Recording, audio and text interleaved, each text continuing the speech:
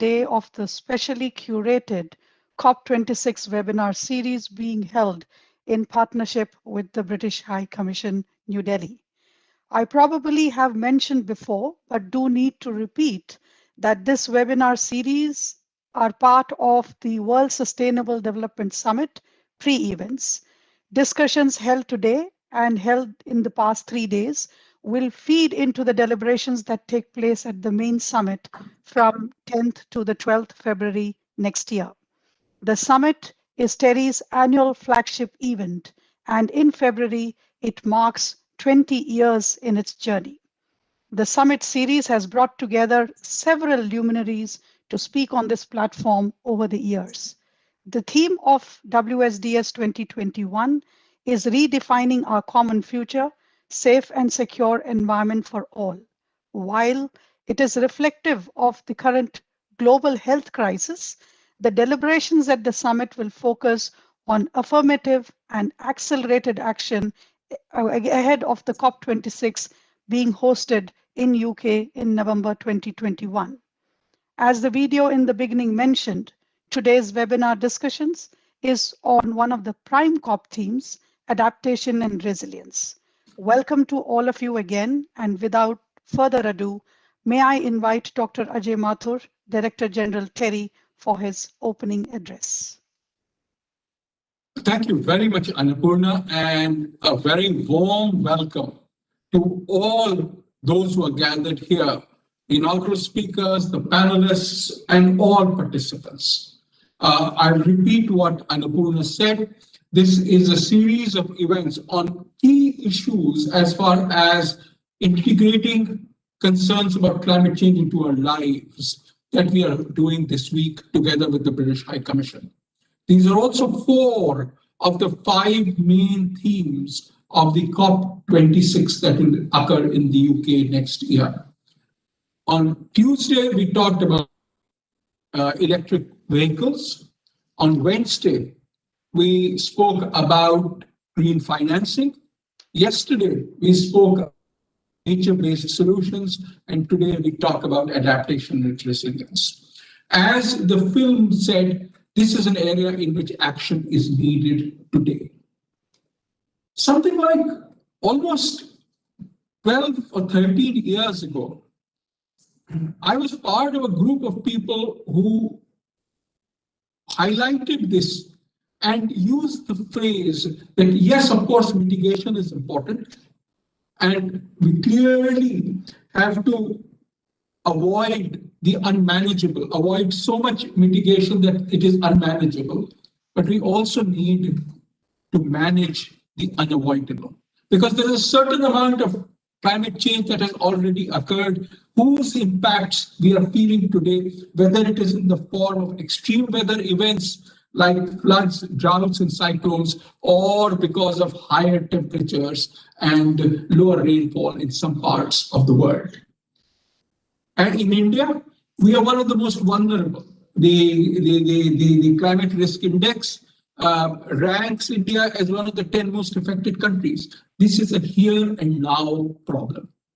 And the fact that its frequency is increasing. The monsoon is a classic example. The overall amount of rainfall hasn't changed very much. But what has changed is the number of rainy days, which have decreased dramatically. So when it rains, it pours, and then there are long days with no rain.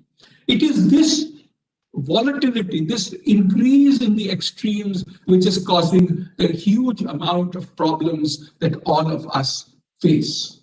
Now, in recent years, we are looking at pathways. We are looking at ways in which we do development so that it takes into account that there will be more volatile events, there will be stronger monsoons, there will be stronger cyclones, and so on.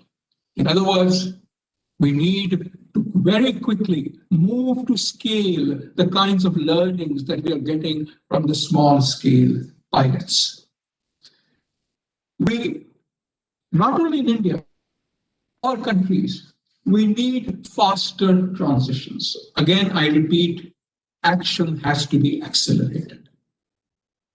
As we focus on this, the key issue is how can we promote international cooperation to make this move ahead?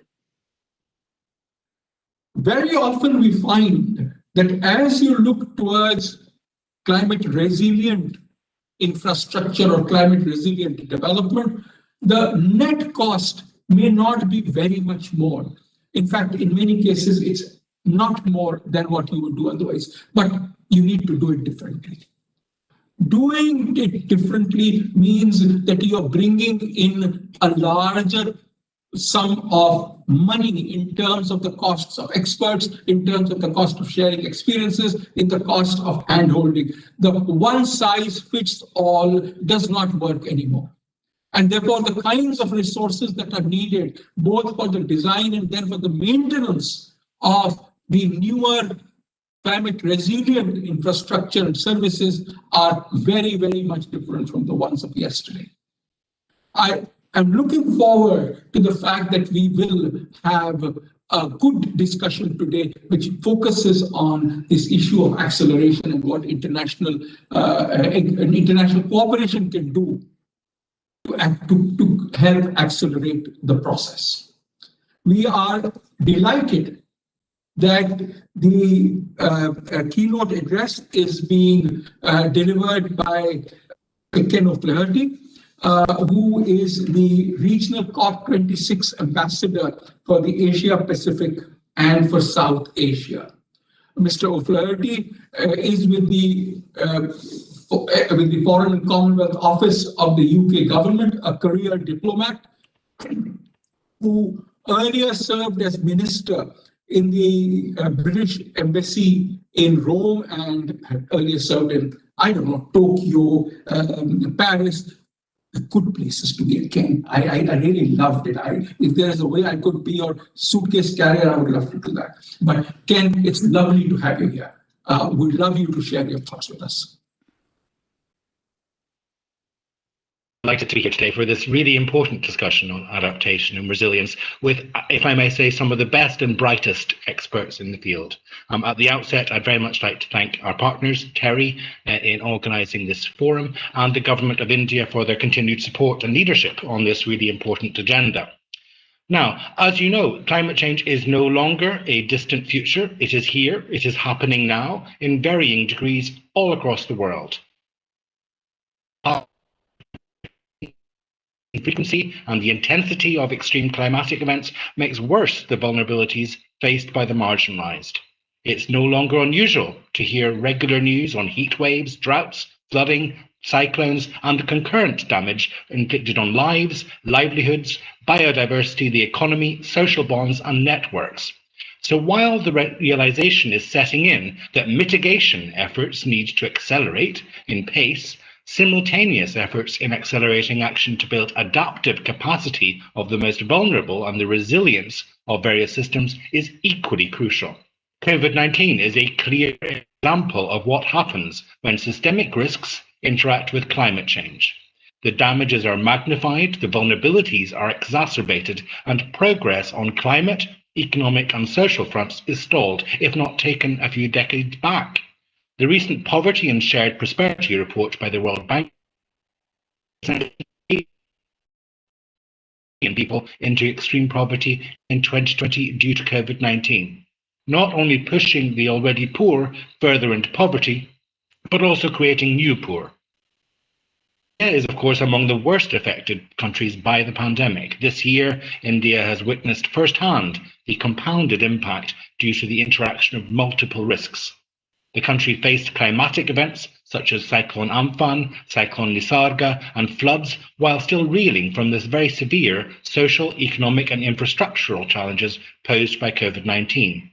It was sad to see the economy has been severely impacted, as economies worldwide, and is predicted to shrink further, directly pushing millions into poverty without any reliable scores the need to focus on resilient development and transformative adaptation for a green and inclusive recovery. On a more positive note, I'd like to take a moment to recognise and congratulate India on its climate action and on its leadership and bringing the focus on adaptation and resilience. India has taken conscious steps towards achieving its NDC targets by delineating and therefore decentralizing its policy landscape into national and subnational levels through the national and state action plans on climate change. As UNCCD President at the UNFCCC COP14 on combating desertification in 2019, India pledged to restore 26 million hectares of land by 2030.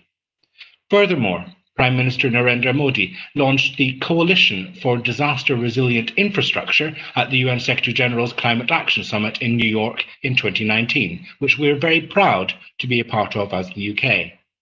CDRI will no doubt play a crucial role in replicating and scaling best practice in disaster resilient infrastructure development. Since climate adaptation actions are central to India's development goals, it's also a focus area under the India-UK partnership. For example, the UK is working with India through the Mahatma Gandhi National Rural Employment Act, the country's largest social protection scheme, to improve the abilities of poor and vulnerable people to cope with climate change impacts. We are committed to continue working with the Government of India as a key partner on the path to a successful, ambitious COP, including on shared priorities like clean energy transition, adaptation and resilience, and clean transport. Recognizing what still needs to happen, the UK is working towards an ambitious international campaign on ANR in the run-up to COP26 and beyond.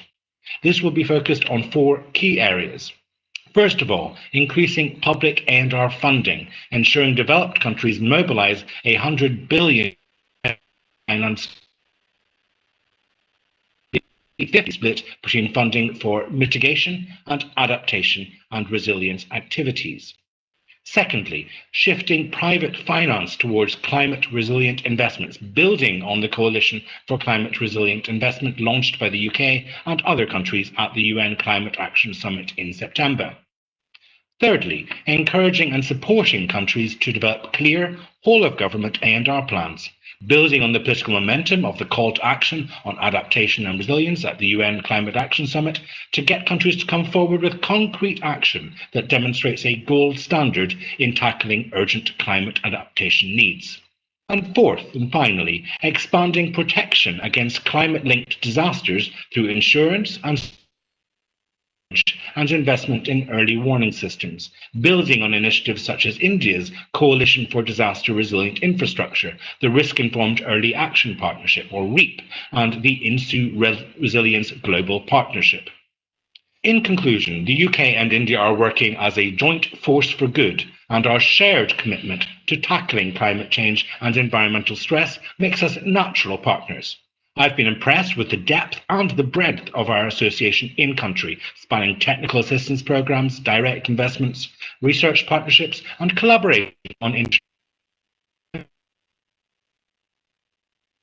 we need to decide on the kind of recovery and the kind of future we want. The Paris Agreement and Sustainable Development Goals are a very strong framework to guide our recovery. As COP President, we will work together with our partners Italy to help bring the world together to drive momentum on climate ambition and green growth and ensure that no one is left behind. The UK is trying to lead by example. Following our ambitious last month, the Prime Minister has announced today a new ambitious target to reduce the UK's emissions by at least 68% by 2030 compared with 1990 levels. This new target commits the UK to reducing emissions by the fastest rate of any major economy. The UK is keen to hear from the public, practitioners, grassroots representatives, researchers, policymakers, corporates and development partners through events such as today, as we are committed as COP26 presidents to amplify your voices so that your experience can inform, inspire and enable effective adaptation and resilience at scale. We're convinced that by working collectively, we can help the world to adapt and protect lives, livelihoods, and communities from the effects of climate change. And as Prime Minister Modi has described so aptly, take forward the approach of trusteeship towards the planet. This puts the right focus for a post-COVID world, and we look forward to working with all of you on this very important agenda. Thank you again. Thank you very much. Thank you very much, Ken. I think the leadership that you talked about is, we are seeing it. And I think at COP26 and in the days leading to COP26, it would matter a great deal in your ability to herd this flock of cats together so that we can move ahead on a cooperative agenda. Again, Ken, many thanks. And Annapurna, can I hand it over to you to continue with the discussions?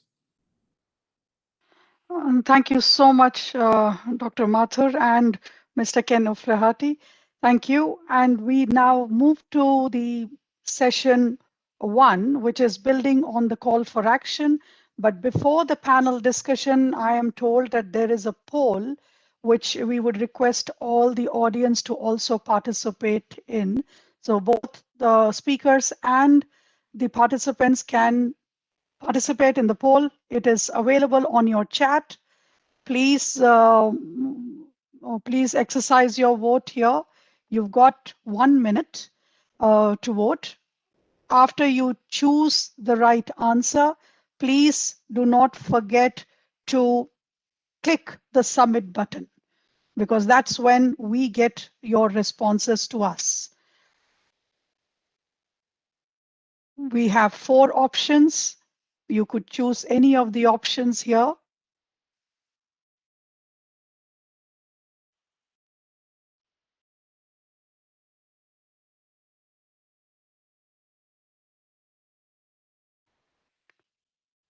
I request all of you to take the poll. It's on the chat section.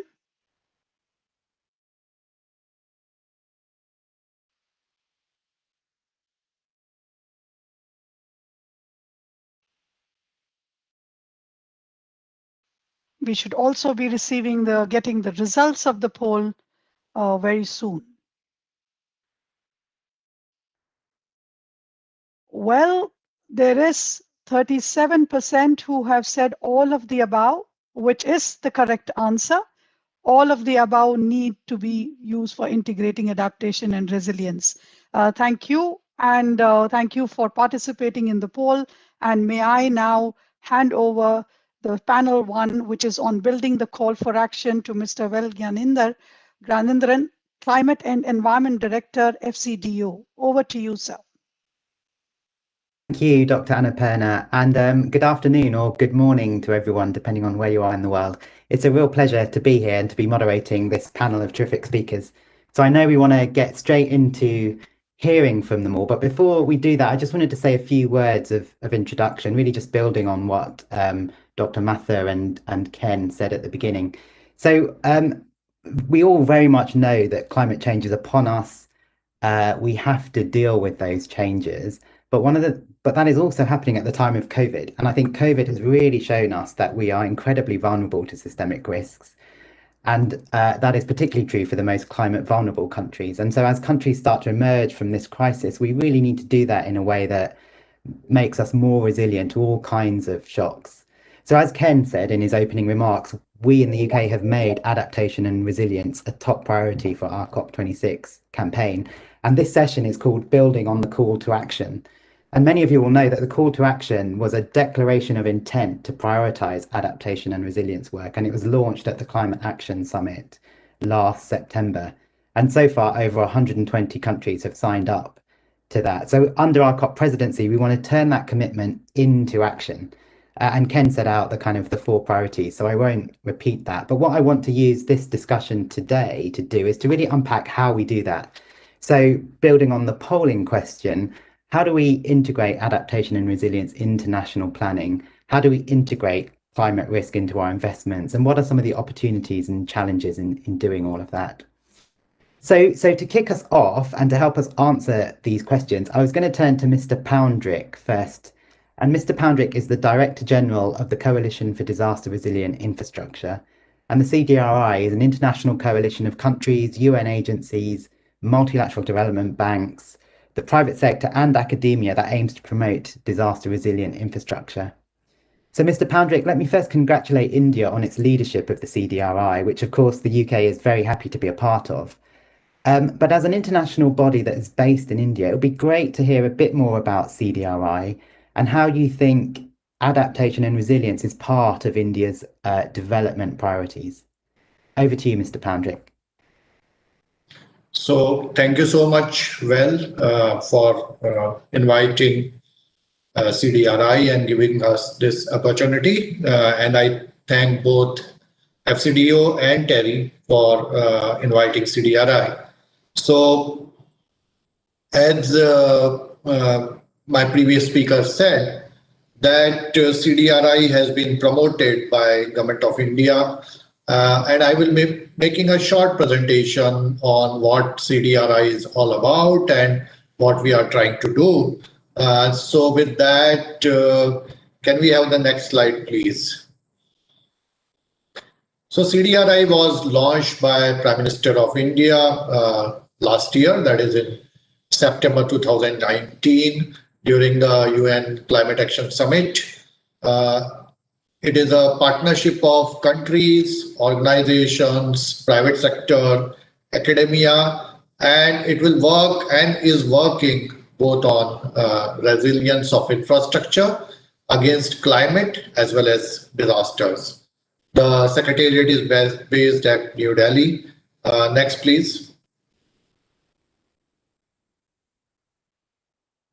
As of now, there are 18 member countries and 4 multilateral organizations who have already joined the coalition. This number could have been more, but because of the present COVID-19 situation, there is some delay in some countries, and we expect many more countries and organizations to join the coalition. But as you can see on the map, we have representation from almost all the geographies and all kind of countries, from small island states to landlocked countries to developed nations and nations who have good expertise in resilience.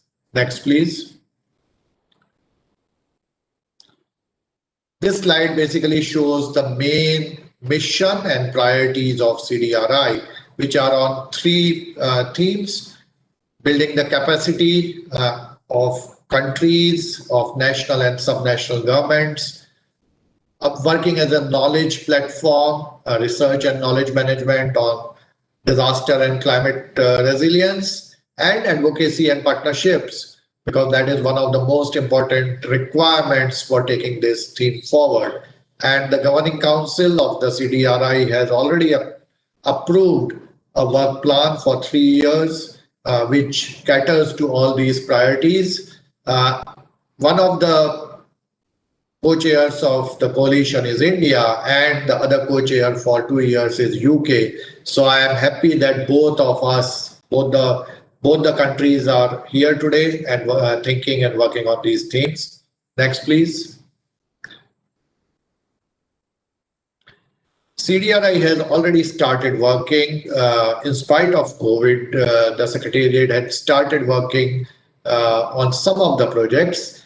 This slide gives details about a few projects which already have started working. The first of such projects was on Odisha's power sector resilience, and this study will examine the resilience of power sector in view of the Foni cyclone last year, and then it will be extrapolated to similar geographies in other countries, other member countries, other continents. We have also started working on a similar project for resilience of airports, and we all know that many airports have been affected by climate events, and this study will examine that how to make them resilient to such disaster events. Next, please.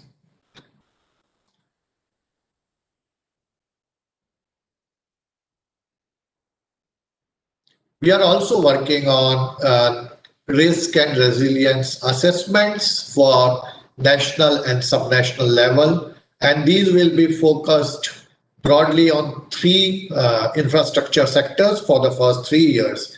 That is roads, or transport. Second is telecom, and third is power, because these will be the focus sectors for CDRI for first 3 years. And we will be assessing the resilience status of these sectors in multiple countries. We already started work on this in consultation with member countries.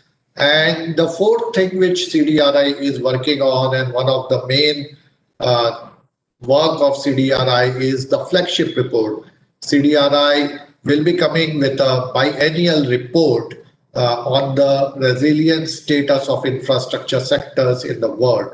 It will be a flagship report similar to Human Development Report or other reports which are released on world level.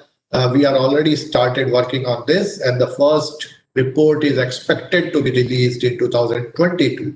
However, we will have a interim output or interim report which is expected to be released during COP26 in Glasgow, and we are working along that.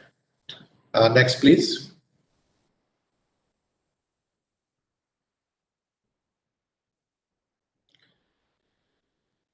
An important initiative which has been started by CDRI is a fellowship program, an interesting program where 30 fellowships up to $10,000 will be given to researchers and students who will be working or are working on disaster resilience issues.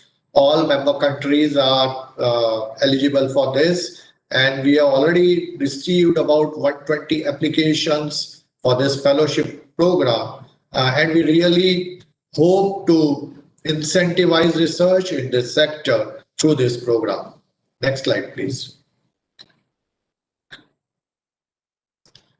And in the last, I would like to talk about the International Conference on Disaster Resilient Infrastructure, which is planned from 17th to 19th of March 21.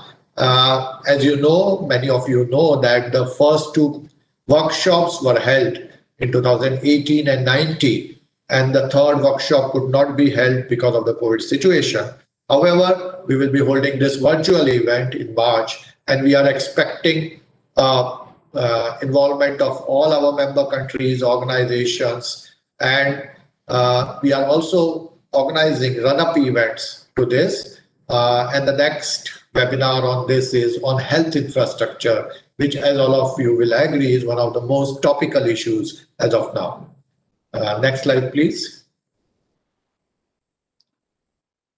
So this slide again broadly shows what are the main themes of resilience, recovery and reconstruction, capacity development, etc., which CDRI will be working on. So I will like to conclude my talk here, and again thank FCDO and Terry for inviting us to give an overview of CDRI, and I will request everybody who is here to involve themselves with the activities of CDRI and make for mainstreaming the disaster resilience issues. Thank you.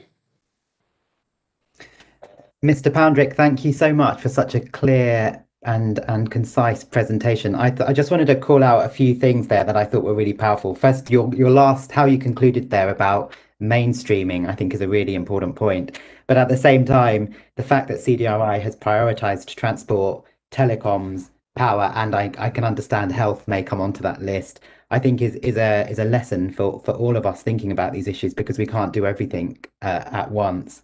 And I think this approach to risk assessments and resilience assessments, using the science and the data to inform how we act, is really powerful.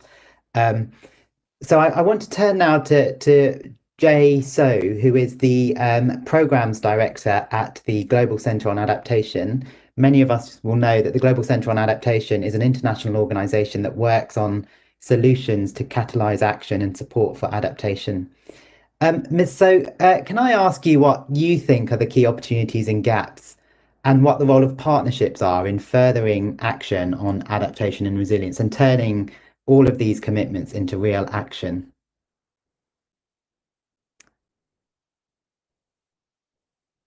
Very much, Val. It's really an honor and a great pleasure to be on this panel today. We're probably the newest organization in the block, so maybe I could give a little introduction to the GCA. We were established in 2018 with really a singular purpose of enabling adaptation at scale. We're coming into a sector and an international network where excellent work is being done by organizations like TERI, like CDRI, and many, many others. So our hope is to be as a solutions broker to enable best practice innovations to reach scale faster. And in order to do that, we have to work in partnerships. In our area, of course, adaptation involves almost everything in our daily life, but we have identified 5 areas where we think that we can enable solutions to reach faster scale, at larger scale, and more impact to the population. The first is on locally led action. There's probably no better definition of how important locally led action is than in disaster relief. And we have some exciting, amazing examples of best practices. For example, the government of Bangladesh's network of national early warning systems, as well as locally led communities, have in fact saved thousands and millions of lives from the successive cyclones that have affected the country. In GCA, we will be establishing a global hub on locally led action in Dhaka. In fact, it's already established, where we hope to work with many countries around the world and, of course, all of our neighbors in the South Asia region. The second area is water. Water is everywhere in adaptation. There's either too much water, too little water. It's not the right quality. We have to get it right in order to make progress on adaptation. South Asia is the most water-stressed region in the world, and there is much excellent work that is being done on water.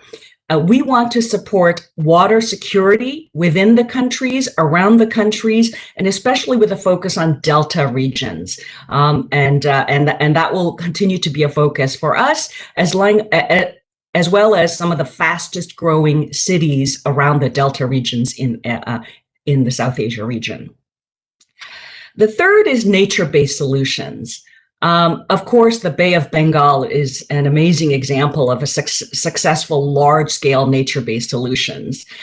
We also think about examples like Brazil's Itaipu Dam, the second largest hydroelectric dam in the world, where by reforestation around the area in the dam, Brazil is saving hundreds of millions of dollars of dredging costs and ensuring a longer life of this dam, which provides important livelihood and electricity for the population around the dam. However, we're only seeing large-scale nature-based solutions. We can all name just those few nature-based solutions. We want to make sure that that is scaled up everywhere in the world, that there are too many examples for us to name in one panel. And so we will be starting with a nature-based, large-scale, national-based, nature-based solutions resilient infrastructure study in Bangladesh, which is a 3-phase study, starting with a climate risk assessment of all the infrastructure assets, policy conditionalities, as well as financing. The Bangladesh study will have a focus on the Sundarbans region, but we would like to do this with every country that is interested. Fourth, climate finance. As Ambassador Flaherty has mentioned, there just isn't enough money going into adaptation.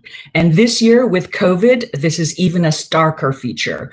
GCA has commissioned a global study on what's happened to adaptation finance in the current year of COVID and what the opportunities are for the future. And we would like to share the findings of this study when it comes out in January at the Climate Adaptation Summit hosted by the government of Netherlands on January 25th. Finally, an area that we think is particularly important to all of us is youth. South Asia has the largest youth workforce in the world. There are more than 800 million young people in South Asia.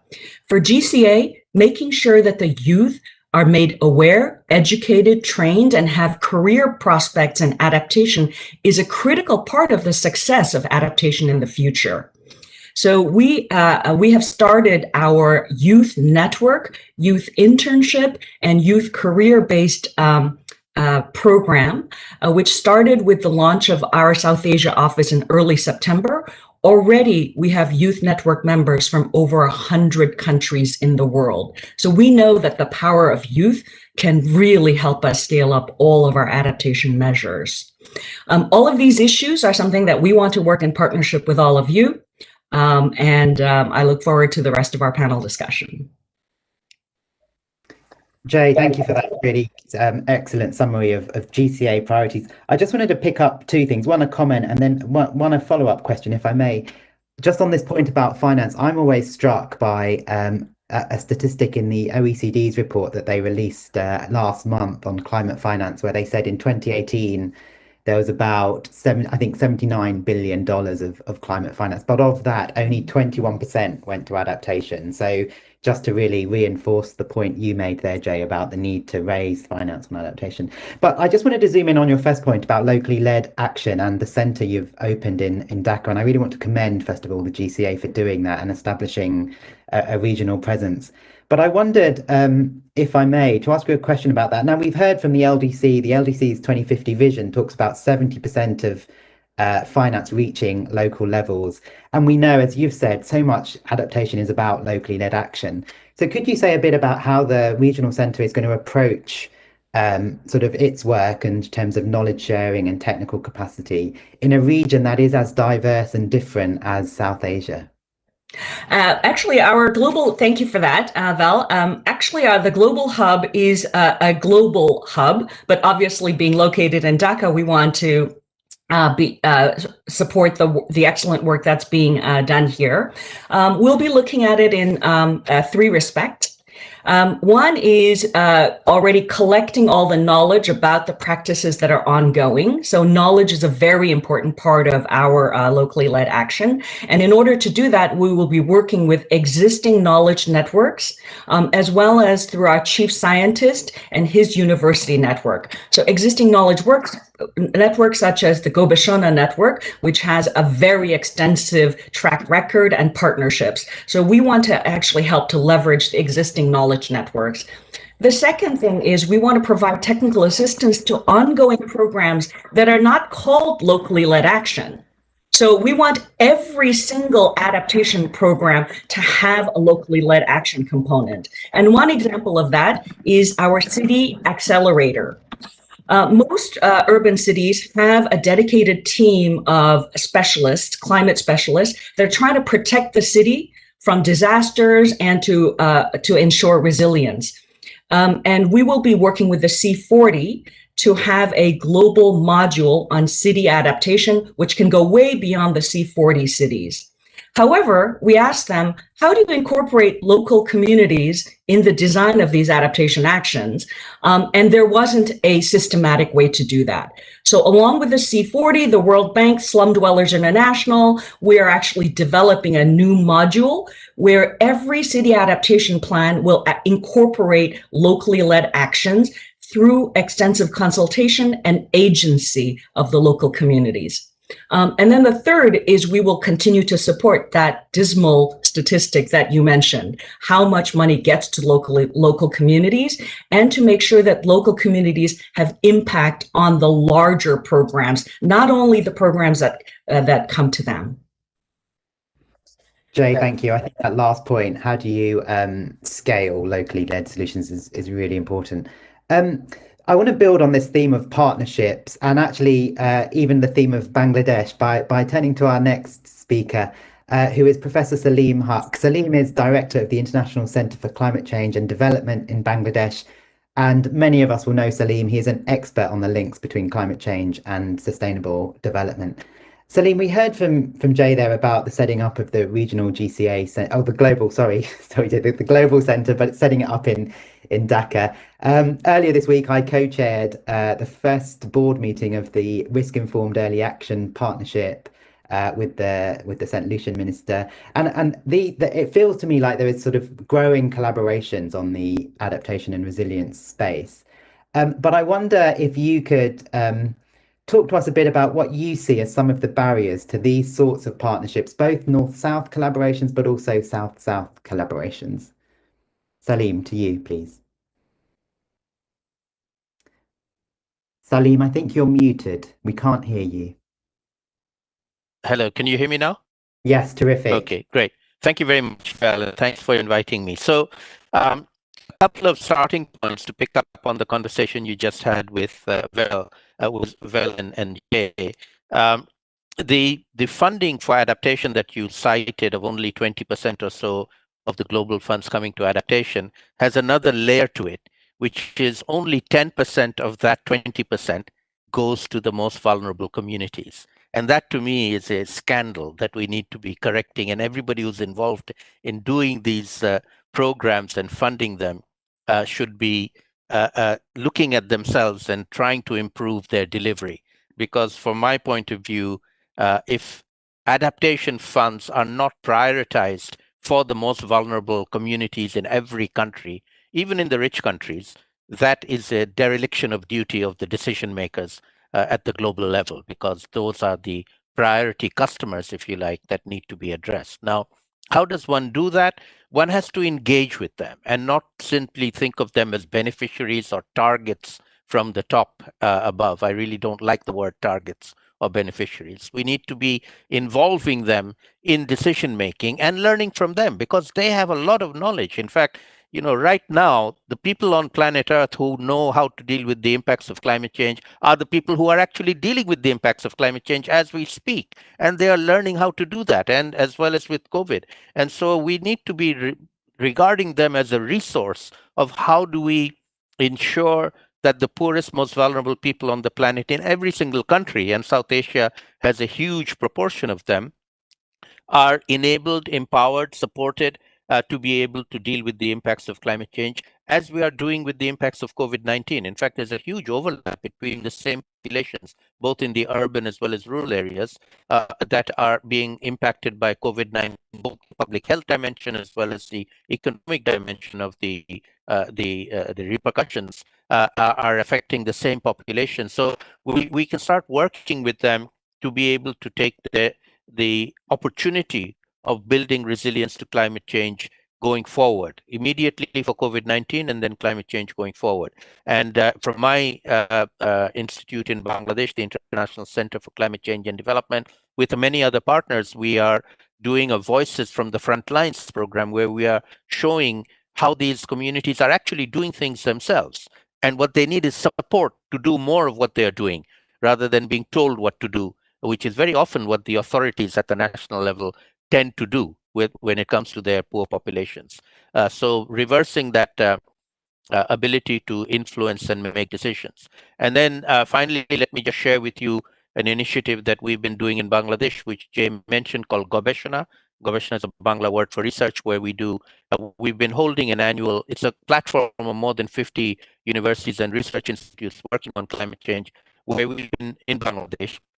We've been holding an annual conference every January for the last 6 years, primarily based on Bangladesh. For next year, from the 18th to the 24th of January, we'll be making this into a global virtual conference, and we'll continue to have it as a virtual global conference on the theme of locally led adaptation. And we'll be having sessions 24/7 over the 7 days, aimed at different parts of the world, where we will hear from different locally led actions, including in the developed countries in the UK, Europe, and in the North America as well, because they are affected by climate change as we speak right now. And local action needs to be done everywhere and recognized. And they have very similar problems, lack of recognition in the United States of local communities that are being affected by impacts of climate change, either by their own state governments or even their own federal government. And so there's a very lot of potential commonality and solidarity and sharing of knowledge and scaling up available to us if we are able to do that on the knowledge and capacity building front, but primarily on the financing front, because only 2 cents of every dollar is going to those communities. Thank you.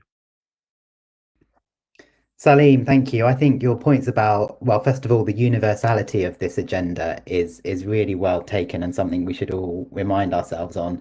And secondly, I think your point that it's not just local action, it's locally led and locally designed action is a really powerful one, and one, I think it is fair to say we are not doing good enough on across the world.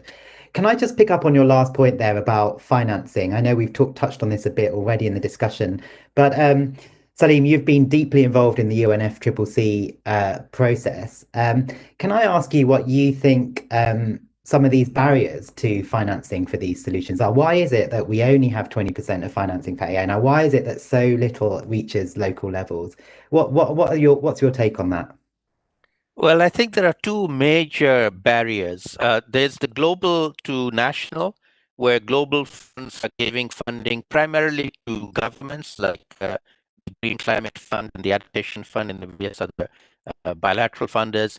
And then they're basically leaving it to national governments to spend that money. And they're not really delving into where it goes and how it's being spent.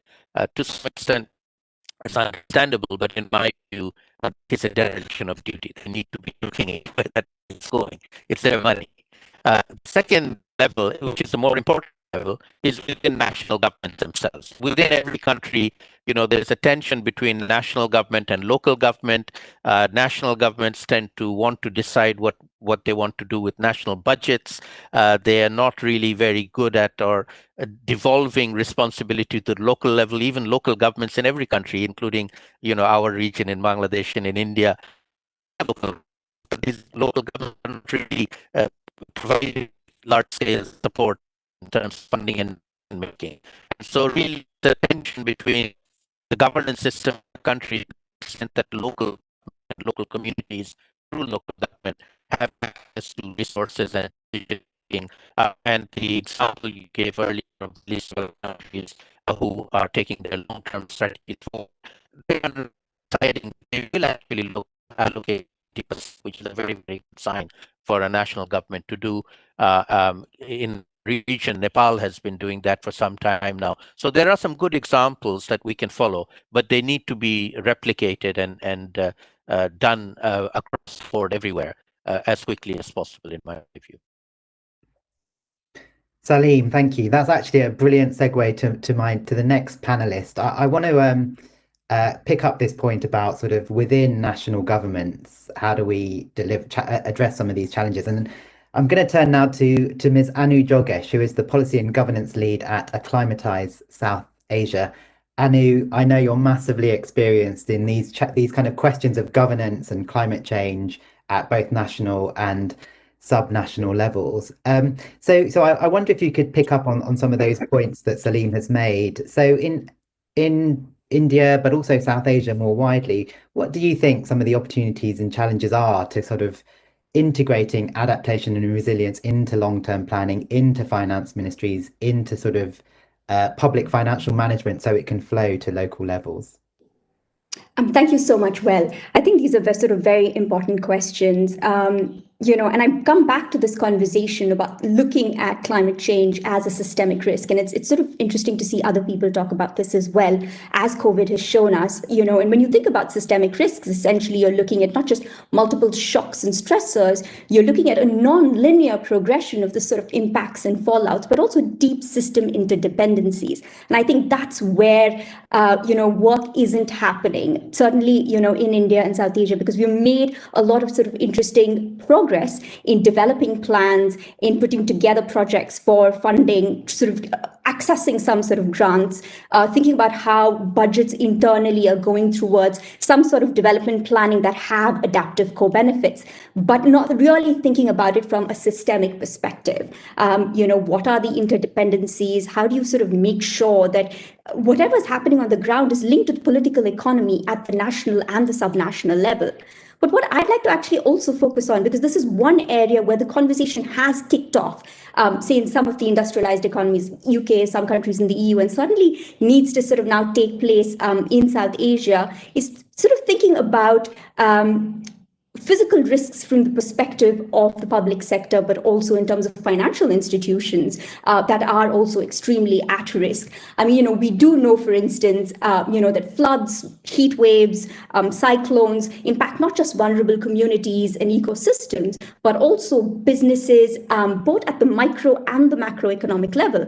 What we're seeing is a recent quantification of some of these numbers. In India alone, droughts, cyclones, and a couple of disasters, for instance, have actually doubled in terms of monetary losses this decade over the last decade. And, so when you do have these plans and actions on the ground, they're not sort of looking at it very much from the macroeconomic perspective, either at the state level or at the country level.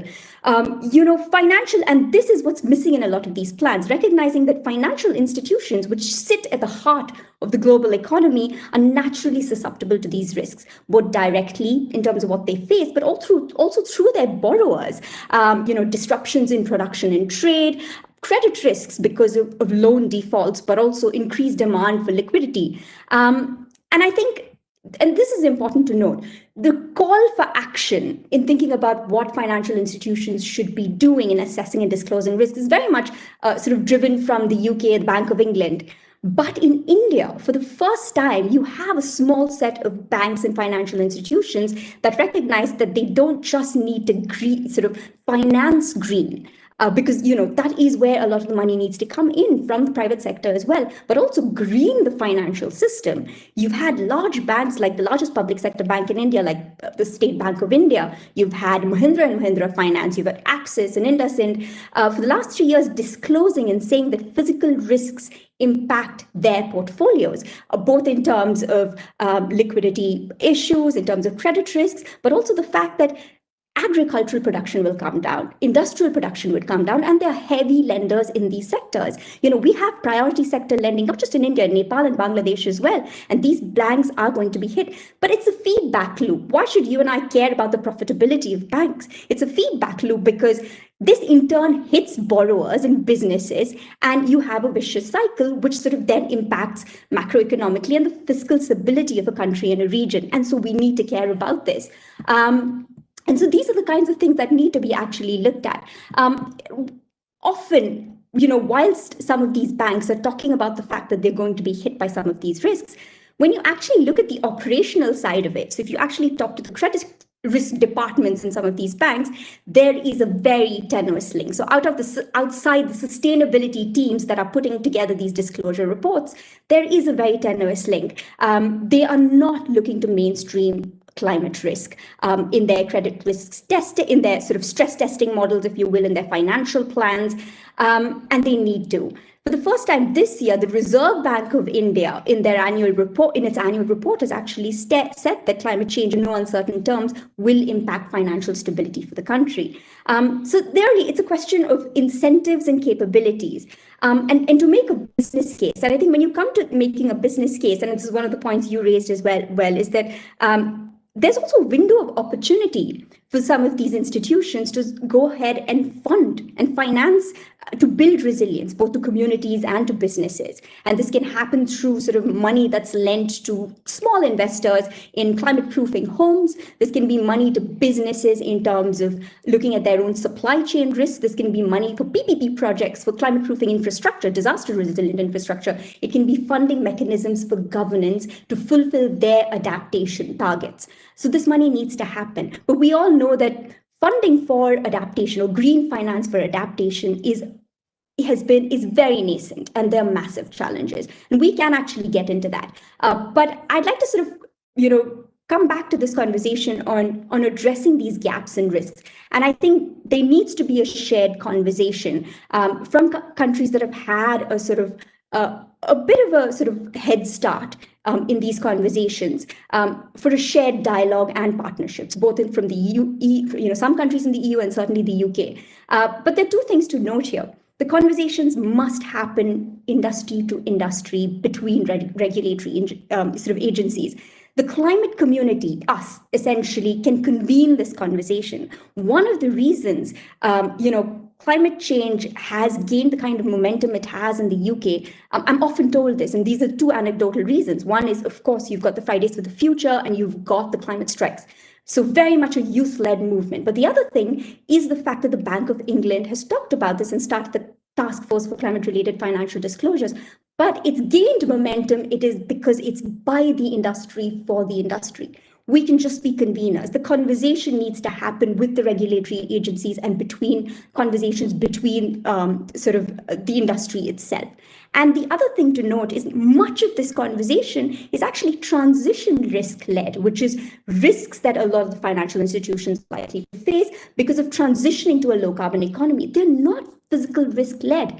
And, Indian banks, South Asian banks and institutions that have a history of thinking about weather-related risk, because we are a disaster-prone region. This is a conversation we've had, perhaps not in the way we need to in terms of long-term thinking, but this is a conversation we've had. And so there is an exchange of ideas that's actually possible. And I'll end there.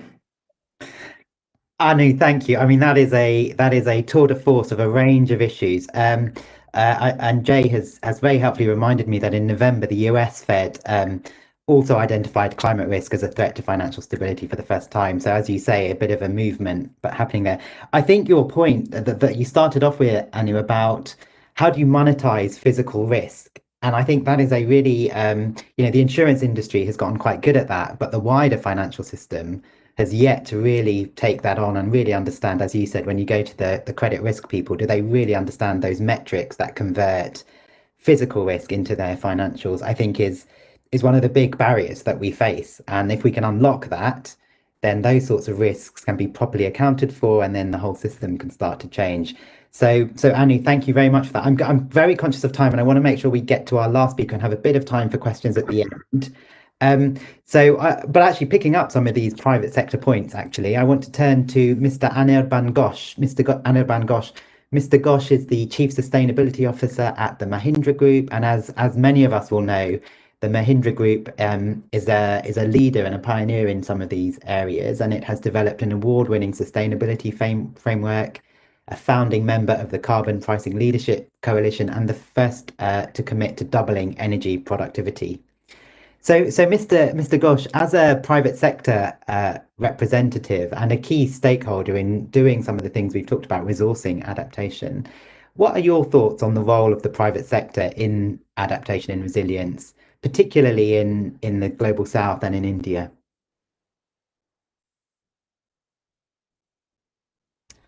Over to you, Mr. Ghosh.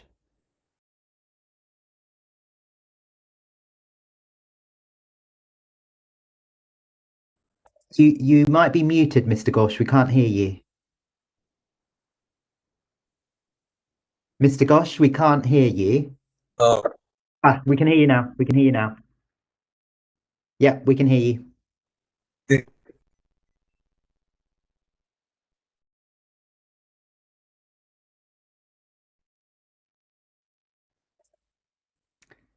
Yeah, I think we can hear you. Do you want to go ahead? Keep the video up. Before I answer your question, let me reinforce a very important concept of financing adaptation.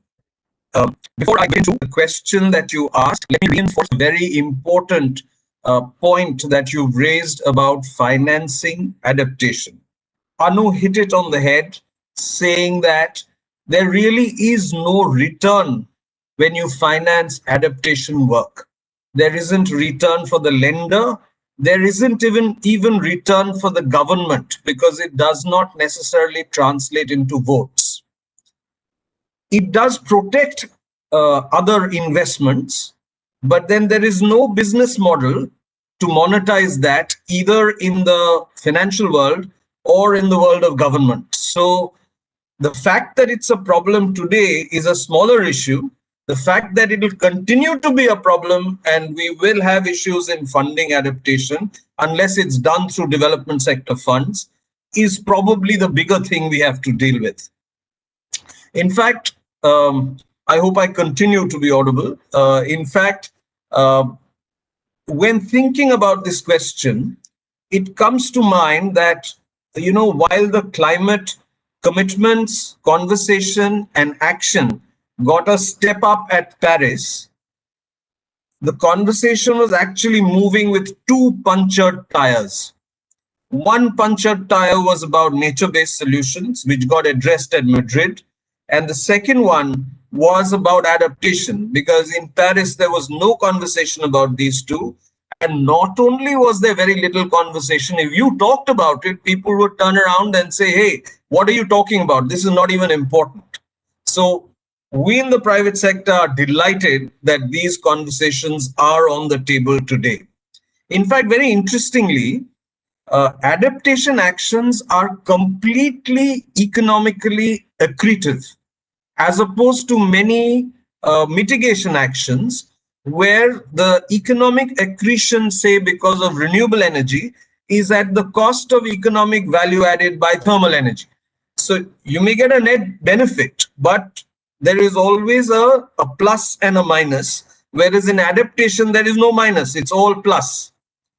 And it is not very difficult to explain to people that adaptation actions are required, unlike mitigation. I mean, we've gone horse telling the world that, you know, all these emissions and the impact these emissions will have will actually cause us a lot of problem. And there are a lot of people who are naysayers, don't believe, etc. But it's not very difficult to explain. If you have a flood, you will drown. If you have if you have a pandemic, probability of death is very high. Not difficult to explain at all. And therefore maybe we'll be able to move investment in that direction if we can figure out a way of monetizing or getting a return on those investments for the people who are lending money, or figure out a way of generating funds to invest for which we are not looking for economic returns, which probably is a problem we haven't solved in any sector as of now. As far as the private sector is concerned, it will have to play a part in building solutions that will enhance adaptation and resilience, because there will be technology involved, newer solutions will be required. That, to my mind, is the biggest role that the private sector will have to play in ensuring that we are able to do adaptation better.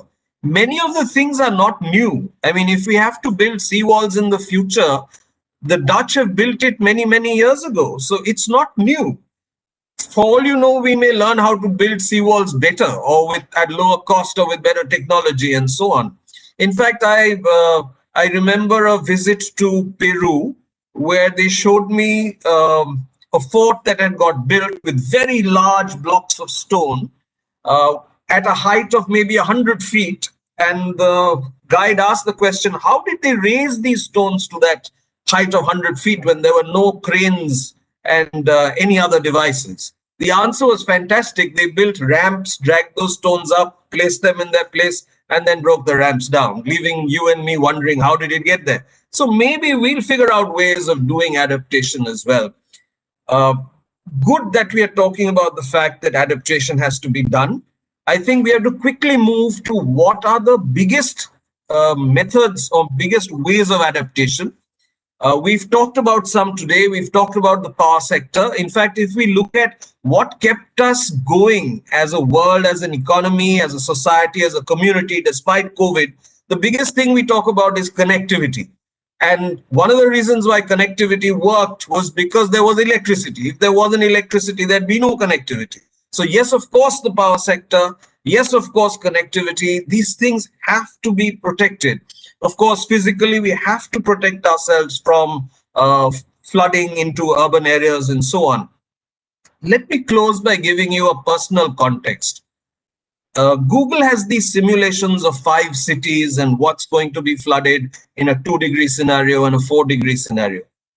As it happens, the picture of the bridge that was shown in an earlier presentation, I think by CDRI, that bridge is likely to be underwater at 2 degrees and 4 degrees. My home happens to be very close to that bridge. And according to that simulation, that too is going to be underwater.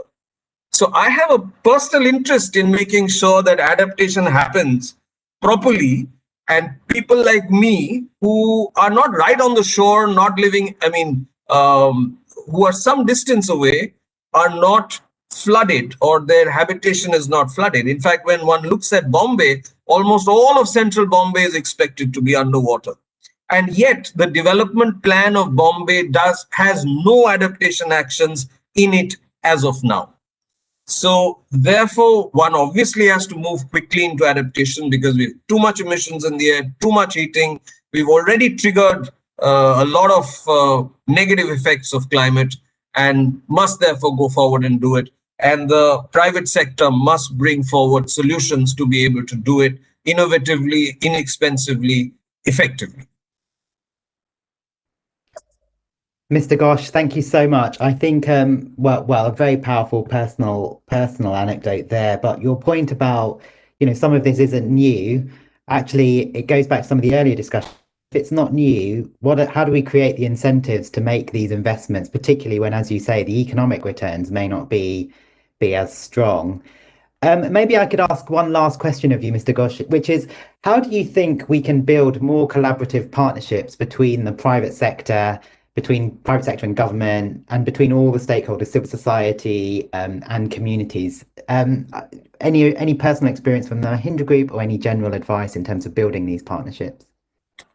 So let me talk about one situation. We were building an integrated city just outside Jaipur, and Jaipur in the state of Rajasthan in India. The state of Rajasthan is the driest state in the country, and getting water for construction was a big problem. We actually volunteered, I don't know whether it was the first time it happened in the country, to use wastewater, which we would recycle, clean up, and use for construction from the city of Jaipur, so that we were not using any fresh water for construction at all. There is a little place where we run waterworks down south in Tirupur. There are a lot of steps that we've had to take to make sure that the industries in Tirupur, which supply textiles to the rest of the world, don't get affected by shortage of water, because that's something that we see that region facing very often. So yes, as a business, we've already seen the impact of climate change in some places, and had small efforts towards adaptation. And I'm saying small because we also have a number of resorts along the coastline of India. And we know many of those resorts are at risk. But the work required to protect not just our resort, but all the resorts around is quite humongous. And that cannot be done on our own. And that has to be done through partnership, not just among the resorts and hotels, but also the local government. So there is no way really to do this without very strong partnerships. Absolutely, Mr. Ghosh. And look, what a way to conclude this session. I'm afraid I have taken us to time, and with such poor moderation, squeezed out time for questions, as I need to wrap up the session. But I just wanted to give a few reflections on the discussion. I think we've heard about a lot of the challenges on some of these issues, not least on the financing, both the quantum but also the quality. We've talked about some of the kind of almost system-wide issues around adaptation and resilience, the how we integrate the risk, the fact that the returns on them are quite low. How do we prioritize this huge range of potential things we should be doing? And I think we heard from various people about that. But at the same time, as well as quite a lot of challenges, there's also lots of examples of good things happening, and new initiatives, new partnerships. And I think I certainly take away, as kind of somebody quite involved in our work on this, both the importance of listening, but not patronizing. I think a strong message from Salim. Let's, this is about leadership at local levels as well as top down. But also, how do we bring together and sort of make the whole of all of these different partnerships greater than the sum? And I think that is a strong message I'm taking from this discussion. But with that, I want to just finally just say a huge thank you to our panelists for giving us both their time, but also their experience and expertise today. Also to thank Terry for kind of organising this first panel session, and also the colleagues in the British High Commission for facilitating it. So thank you, everybody, and of course all of you for attending the session. So with that, I'm going to hand back to Dr. Annapurna. Back to you, Dr. Annapurna.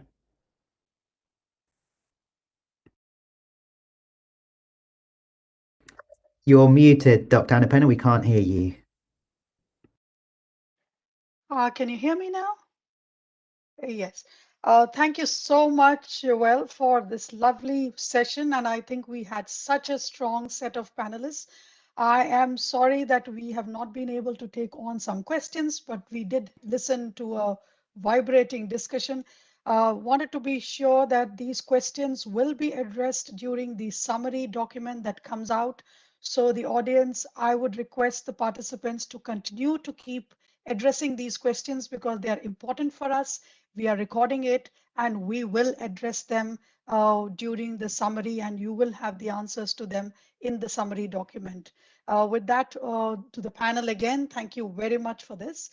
As we move to the next session, without wasting time, but we do have a poll before we move to the next session. And before I hand over the mic to Mr. R.R. Rashmi, the poll is on the chat. I would request everyone to take the poll. There are again 4 different options. You could choose any of the option here and submit your response. Please tick on the option and submit your response for us to get the poll response from you. We have 1 minute to do this.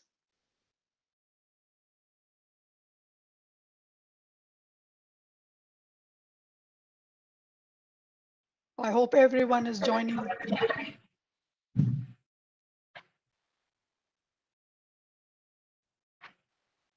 Just about 15 seconds to go.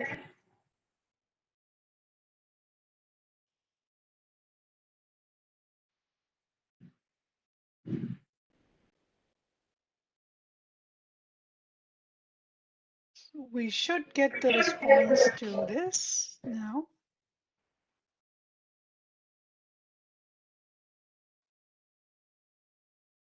Okay, we do have all of the above again, which is 38%, which is the right answer. And as my colleague had mentioned, that each of the option are, of course, certainly the enhancement of early warning systems, mobilization of finance, and increased subnational focus on climate action together sum the adaptation ambition for India. Thank you very much for taking the poll. And may I now request Mr. R.R. Rashmi, Distinguished Fellow at TERI, to moderate the panel on risk-informed early response. Over to you, sir. Thank you, Annapurna. I hope I'm audible clearly to everyone. Thank you. Let me first welcome everyone to this session where we are going to discuss the risk-informed early response, adaptation and resilience built on this kind of early response. And that is informed by the climate risks that we are facing today. Now, I have a very distinguished panel with me here today to discuss these different facets of this issue. Before that, I would like to just say a few words to introduce the subject and then seek intervention from the panelists on specific issues. As we heard in the first session, climate resilience is something which every stakeholder needs to work on, and there are different perspectives. The communities which are deeply affected by the climate change, they're at the forefront of action, and they're the kind of systems or responses which they have built at the grassroots level, they are the first defense, and those practices definitely need to be taken into our larger discourse, and we need to build on that to be able to replicate them and transform them at a larger scale. So the question which we need to be able to answer at the regional level in South Asia is what kind of response we have to give and how do we empower the communities and the stakeholders at different segments of the society to be able to meet the challenges of adaptation. Now, early response can be defined in different ways. As we know in India, adaptation and resilience actually takes place and happens mostly at the grassroots level. In a federal system like that of India, again, we may have a national plan, but the adaptation actions or climate resilience is actually something which the communities experience and address. So the resources also have to be focused at that level. The practices also have to be learned and replicated at that level. There are different kinds of challenges at the community level. So when we talk of early responses, perhaps we need to look at the granular nature of adaptation at the community level to be able to really understand what is the need of the community and accordingly shape our responses. But for all this, what is important is the kind of information that we can feed to the community. And the climate risks which we all face, it's not just a question of modeling, but also of conveying the scientific information to the communities in a precise and understandable manner so that they can design their responses accordingly. Similarly, the industry or other segments of society also have to structure their responses, and they also need climate information. So the four panelists that we have today will be addressing these different kinds of needs of the community and industry and other stakeholders in building the kind of responses that we need to have. First of all, let me first introduce the panelists. I have with me Mr. Benjamin Webster, who is the head of the Secretariat for Risk-Informed Early Action Partnership. It's a very it's a UK leadership initiative, and he has been working in this field for a long time, and I'm sure he will have a lot of experiences which he can use to be able to convey to us what exactly early response means for different communities. I have with Dr. D.S. Pai with me here, who is a very senior scientist in the IMD, Indian Meteorological Department, and he is the head of the Climate Research and Services. The IMD is the pioneering institution in India which collects meteorological information and conveys to all the state government, the central government, and the stakeholders, and have an extremely wide and deep database with which they work in India. Dr. Joseph Daron, who is the science manager of the International Climate Services in the Met Office of the UK, is the third panelist with us. So that gives us two scientists to us on this panel who come from the meteorological background. I have Mr. Saurabh Bharadwaj, who is a fellow in TERI, and he's a climate risk expert. So we will be bringing his perspective, the kind of projects that TERI has implemented in early response and early climate risk information. Ms. Ritu Bharadwaj is another panelist with us today. She is a senior researcher with the International Institute for Environment and Development. So let me welcome the panelists once again and go over to Mr. Benjamin Webster to request him to give his opening remarks and tell us what he means by the early responses for different communities, and is there a one-size fits all? Mr. Webster, over to you. Thank you, Mr. Rasmi, for the introduction, and thank you all for joining today. It's a real pleasure to be with you. As mentioned, my name is Ben, and I head up the Secretariat for a relatively new partnership called the Risk-Informed Early Action Partnership. I think it's fair to say that in recent years, we've seen real advances, real strides in climate information and early warning systems, forecasting capability, predictive capacity, risk analytics, and so on. At the same time, I come from a humanitarian background. We've seen organizations like UN agencies, Red Cross, Red Crescent movement, civil society organizations, as well as governments using that forecasting capability in order to trigger actions before hazards, storms, floods, droughts, and so on become disasters. And therefore, those approaches are able to really mitigate and reduce the impact of those hazards on the communities in their path. However, I would say that we have huge potential to scale up these approaches.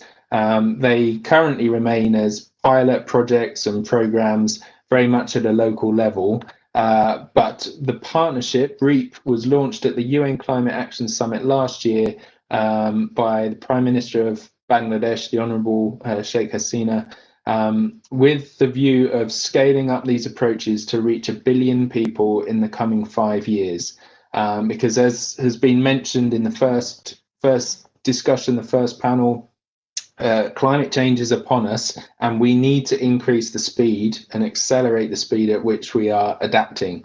And therefore, using climate information early warning systems to enable early action that mitigates the impact is a great way of adapting more quickly.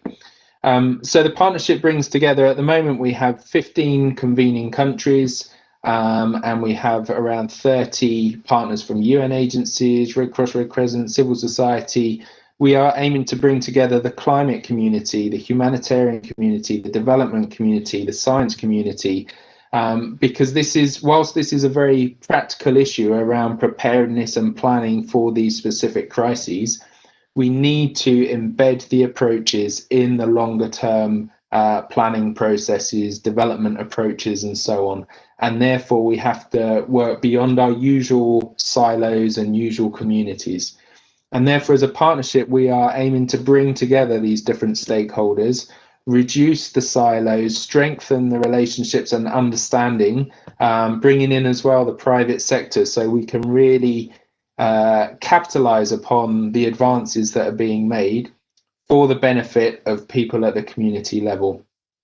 Just to give a brief anecdote, I was in Mozambique last year, shortly after Cyclone Idai struck the coast as a major storm there.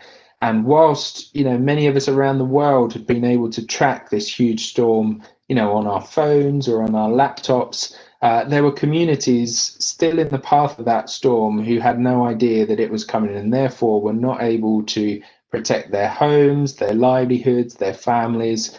And therefore, I think it's fair to say that often, or sometimes at least, the investment in our early warning systems has stopped at the infrastructure development.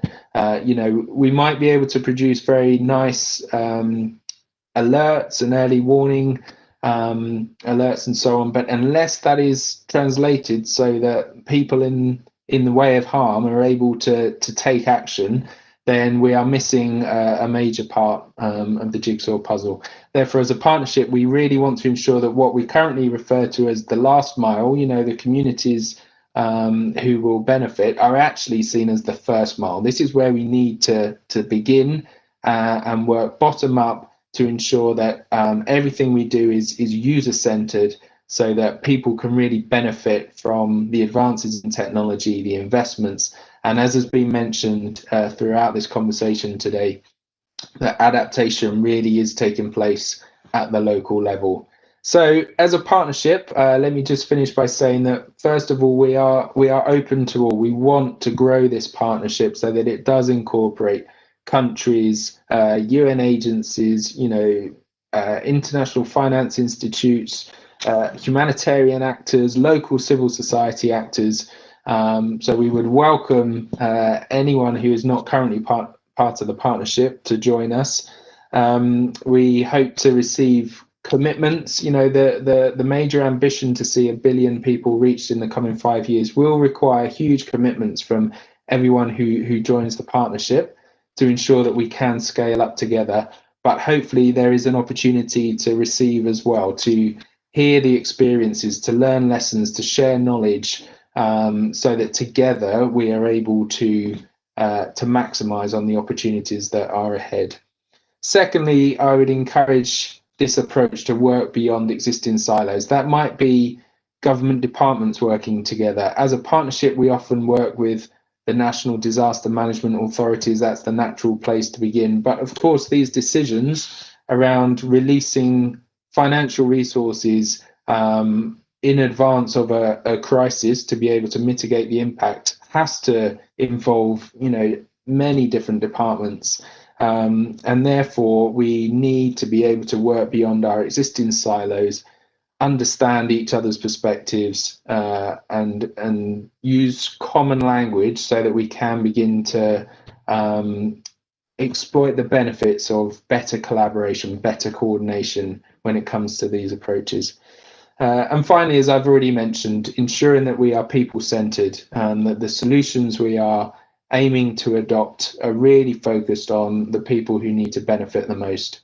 And therefore, as a partnership, we really aim to empower country-level approaches, but also local-level approaches to ensure that all these partners we are convening are building on what's already in place and empowering local leadership and local ownership.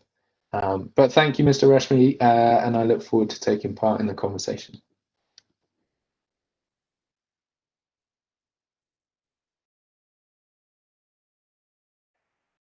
Thank you, Ben. Thank you very much. That was very highly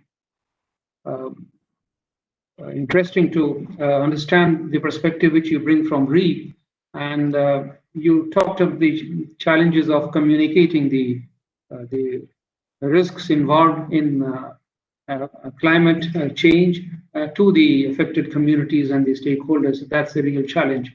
And if all the knowledge that we build up, if we don't convert them into action, which are really meaningful and significant for the affected communities, then it is of actually not much of use. So that is indeed a very major challenge, and the kind of work that your partnership is doing is really commendable in that sense. So thank you very much. I'll have some more questions for you later. Let me go over to Mr. Pai now, who is representing the IMD, the Apex institution in India, which deals with the meteorological services. Mr. Pai, you have been dealing with the central government and you provide climate and meteorological information to all the state governments as well. Now, considering the fact that the responses to climate change in form of adaptation or resilience mostly take place at the community level, what kind of services do you think IMD is currently providing? And do you think IMD is in a position to provide long-term forecasts to the state governments to enable the communities and the states to handle disasters and climate change better? Mr. Pai, over to you. Thank you, Rashmiji. Are you hearing me? Yes, I can hear you. Yeah.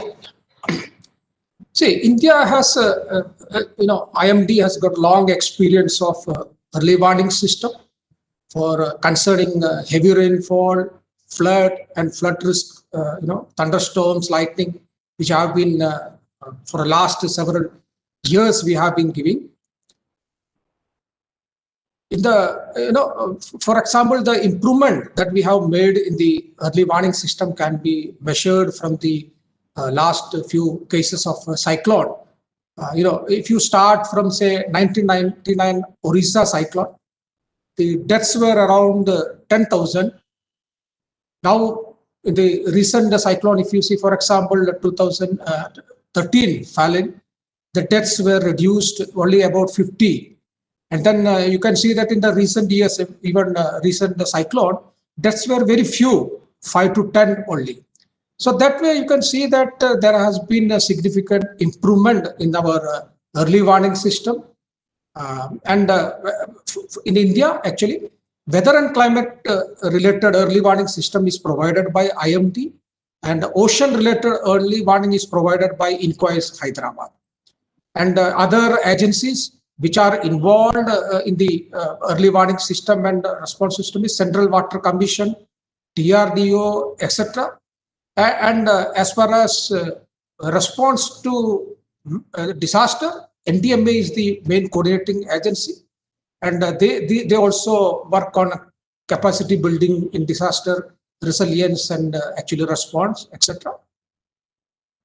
I would say that as far as IMD, which I am representing, and our Ministry of Earth Sciences, we have developed almost all aspects of early warning system, like collecting risk information.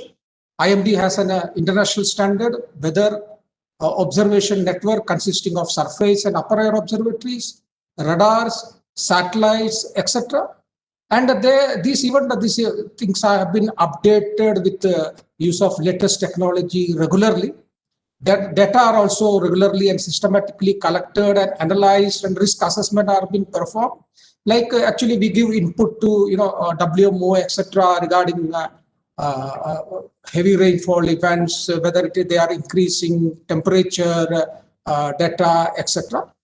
And similarly, coming to monitoring and warning system, we have been last say several years we have been developing a lot of hazard monitoring system and early warning system. Giving you a few examples, in 2010, the Ministry of Earth Sciences has under the project Monsoon Mission model, we have developed NWP models for predicting different time scales, starting from short range, medium range, extended range, and long range. Thereby, we are actually able to now, currently, we are able to make a prediction of, for example, short range cyclone and heavy rainfall and all, in a lead time of at least 5 days, actually. And for medium range, we are making weekly, average forecast for next 1 month and seasonal forecast up to 9 months. So there are lead of, a large scale event like flood, your drought and all can be predicted in well advance. And you can see that even for Mumbai type of urban flooding and all, we have now developed heavy rainfall monitoring and flood warning system based on AWS and a specific, by NWP model. And that has been implemented, tested this year, and that will be now going on for next, years. And we are also now trying to other metro cities like Kolkata, Chennai, Bangalore, like that. So this will one by one, we will, go to most of the cities. And then we have started heat warning system based on all kind of forecast, seasonal, extended and short range. Some example like heat action plan in Ahmedabad, Nagpur being quoted several times in the media. We have got INCOIS working on tsunami monitoring and warning system. We are preparing agriculture advisory bulletin. For regional itself, we have got in South Asia, we have got regional flash flood guidance system implemented this year with the help of WMO and other international agencies. We have got early warning system for air quality in Delhi for even 400 meter, like that we will be implementing in other cities also. The surface network of 83 sensor and satellite based on lightning monitoring, heat bulletin for vector-borne diseases. So these are the several, a few of the actions which we have implemented in recently. As far as dissemination and communication, we have developed few mobile applications like Mausam, Meghdut, Damini for lightning purpose, etc. And we actually make use of paper and electronic media, websites, social, etc. And through SMS for one of the successful is that in agriculture purpose and all, we make use of SMS to reach into a large number of farmers, etc. And as far as I said, response for after giving warning, they are coordinated by the NDMA and state government and NGO, public, etc. For we also support them by providing a proper, proper warning and response system. Coming to your particular, case of, for smaller scale, state level, etc. As I said, we have been developing models, but when you go to state level forecast and smaller scale forecast, we have to, these models has got their own certain, lacunas. Like for example, when you have got to predict in the state level or smaller district level rainfall forecast, you have to need a model which can have a good spatial distribution. You know that spatial distribution of rainfall, etc., is depending on various factors, like you have got west coast in the Western Ghats or hilly region in the northeast, which interact with monsoon and producing heavy rainfall. So these models, however, as of now, they have got some deficiency in making that. And similarly, land use, land cover information has to be continuously provided into the model for a better forecast. But as of now, models are not in a position to do that. And again, if to make a very localized forecast, you know that current idea of providing information, climate information, is that initially we were just mentioning about risk information, just giving the weather information, what weather what weather will happen in a region. But currently we are working on that in the particular localized, in the particular locality, what will be the impact of weather and what will be the response of the weather. So for all that purpose, you have to actually, forecast has to be given very localized forecast. You need localized information, what are the landslide regions. So that has to be mapped. And also if you want to make a local forecast, several points of the, has to be forecasted together. So manually, it is quite difficult. So we are working on, machine language or artificial, this all machine language studies, etc. So right. This we need a support from private thing. So I hope that by next few years we will have more prediction in the local level. Thank you, Mr. Pai. Thank you very much. That was an excellent outline of the kind of stupendous work being performed by the IIT in developing early warning system for different kind of hazards. You talked of heat, of floods, cyclones, and certainly you have been able to predict quite accurately and very comprehensively some of the risks. The question, as you rightly said, is that of localizing the models and the early warning systems with the local information. And private sector and other partnerships are extremely useful. That's where initiatives like REAP come in. Perhaps we need to go down to the local level to be able to use your scientific information and systems for the benefit of the local community. Thank you very much. Let me now turn to Mr. Joseph Daron. He brings the international perspective to the meteorological information services that are available. He represents the Met Service of the UK. So, Mr. Daron, if I can ask you, Mr. Pai talked about the science-based tools. So, what do you think the science-based tools for risk assessment? What can they do for enhancing the capacity of the communities to deal with the climate risks? And how can we optimize these tools for the benefit of the community?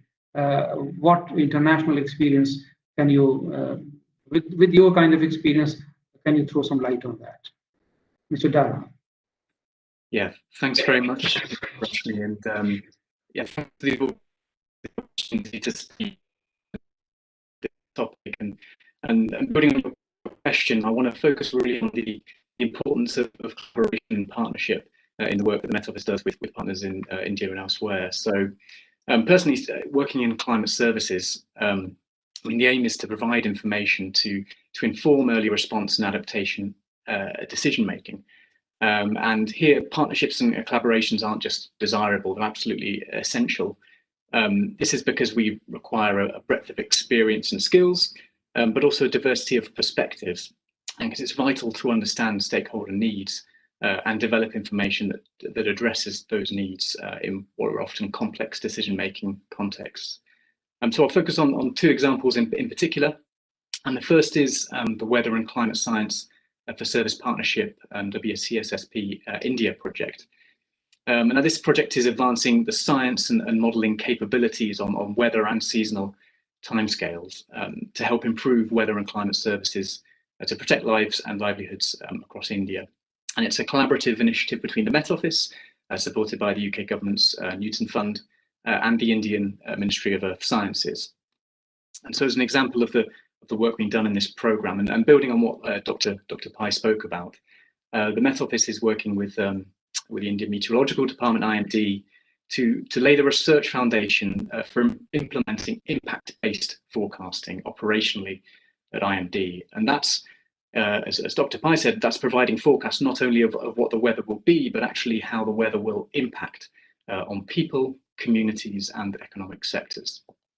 And for example, through this collaboration, a new tool has been developed to help predict flooding impacts several days in advance, using a process to identify key weather patterns that link with flooding and forecasts that can then be tailored to potential flooding impacts on specific industries such as agriculture, energy and transport, so enabling the stakeholders in these sectors to respond.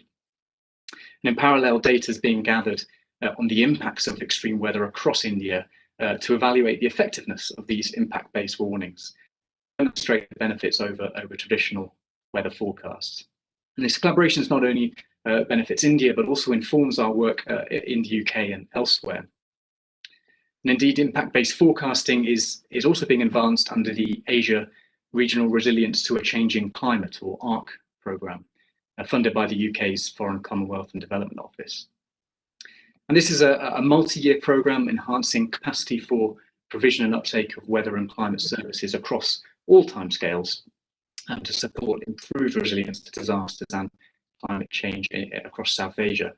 And ARC has a regional, but also a national focus with activities centred on Afghanistan, Pakistan, Nepal and Bangladesh.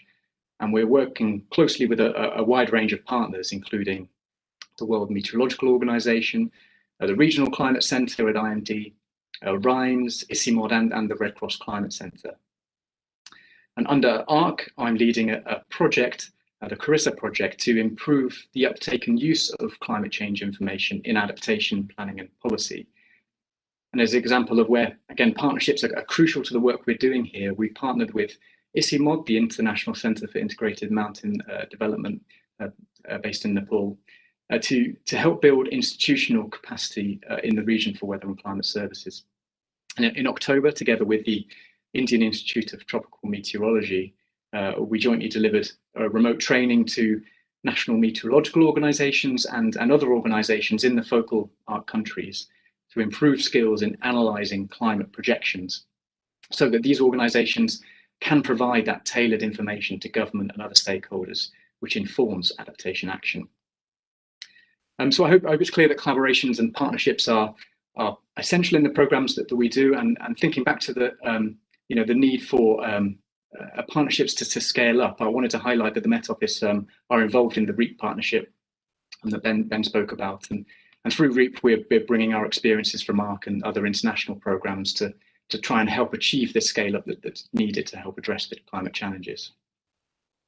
And I just wanted a couple of brief things to conclude on really as well. So a key takeaway for me in the work that we do in collaboration is the importance of empowerment and ensuring sustainability. And within individual project timeframes, it's often difficult to implement new operational practices. So taking the long view is key, and with donor coordination and alignment with other investments that are happening is really central to this.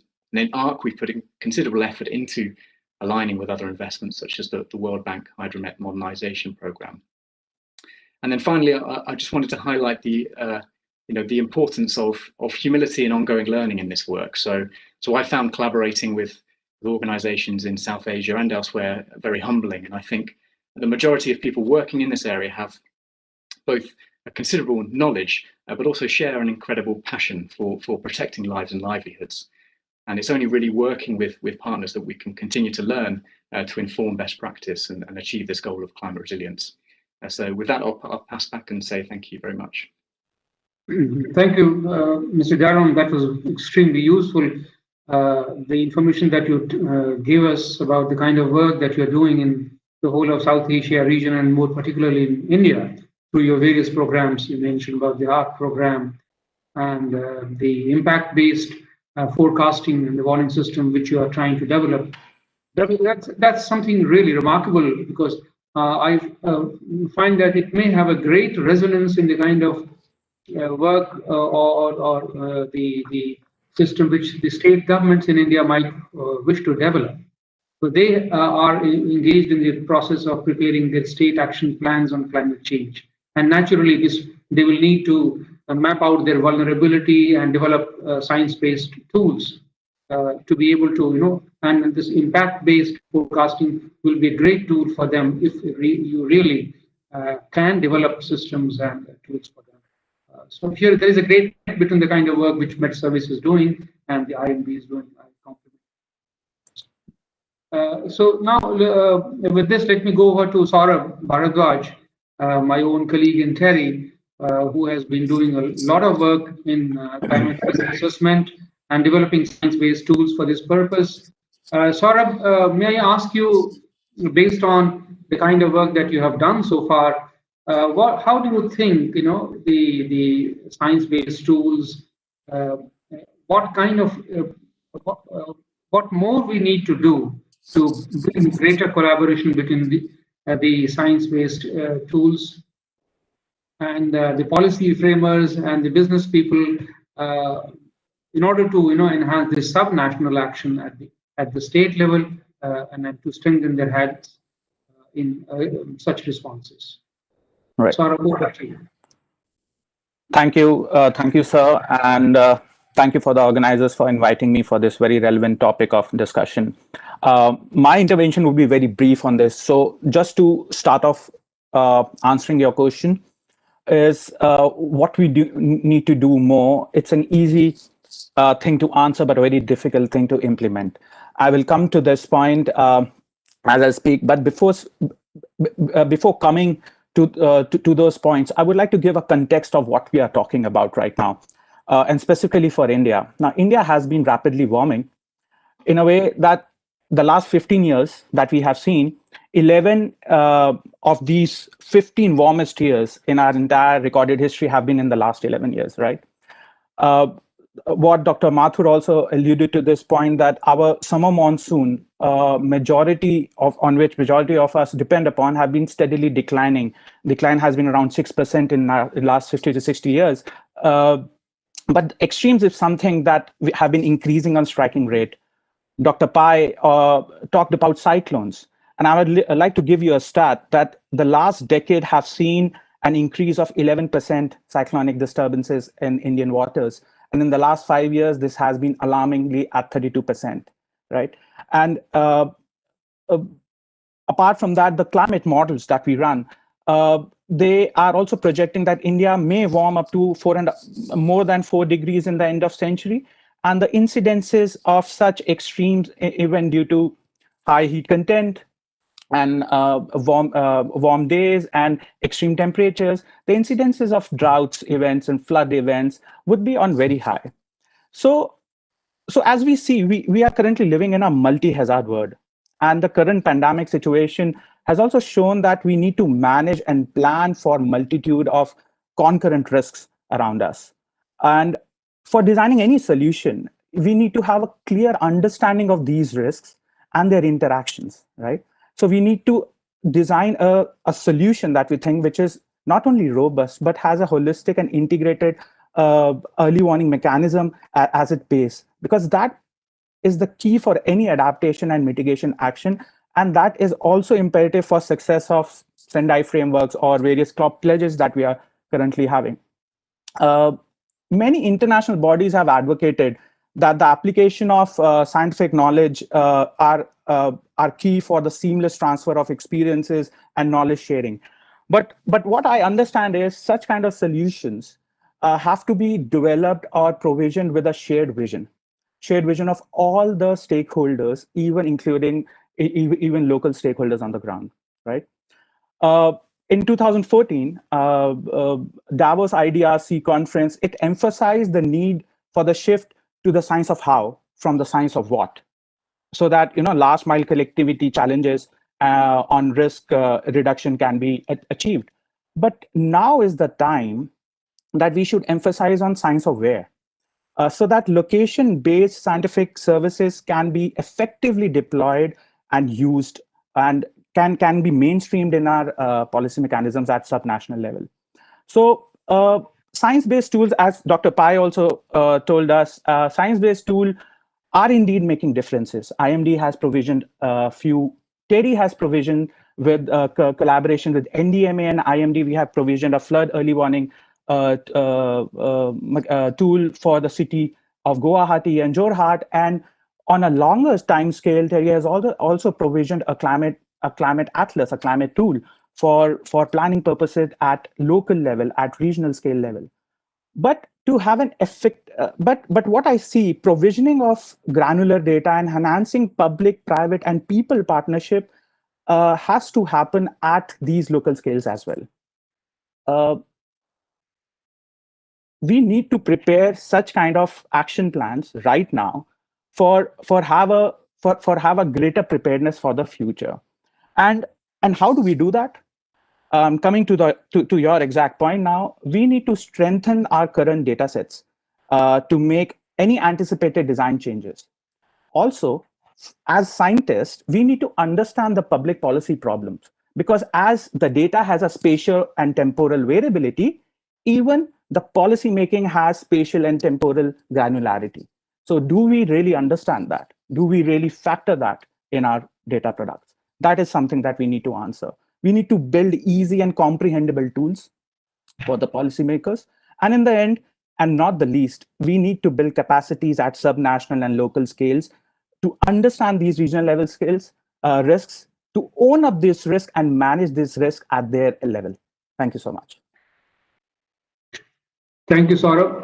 Thank you very much. That was very insightful, and it was very precise as far as the recommendation is concerned. You talked about the need for granular data at the local level to be able to strengthen the hands of the policymakers to design appropriate responses. Thank you very much. And we need not only at the state level a particular state, a specific data set, but perhaps at the regional scale at times to be able to have a much more comprehensive and more effective response. So thank you very much.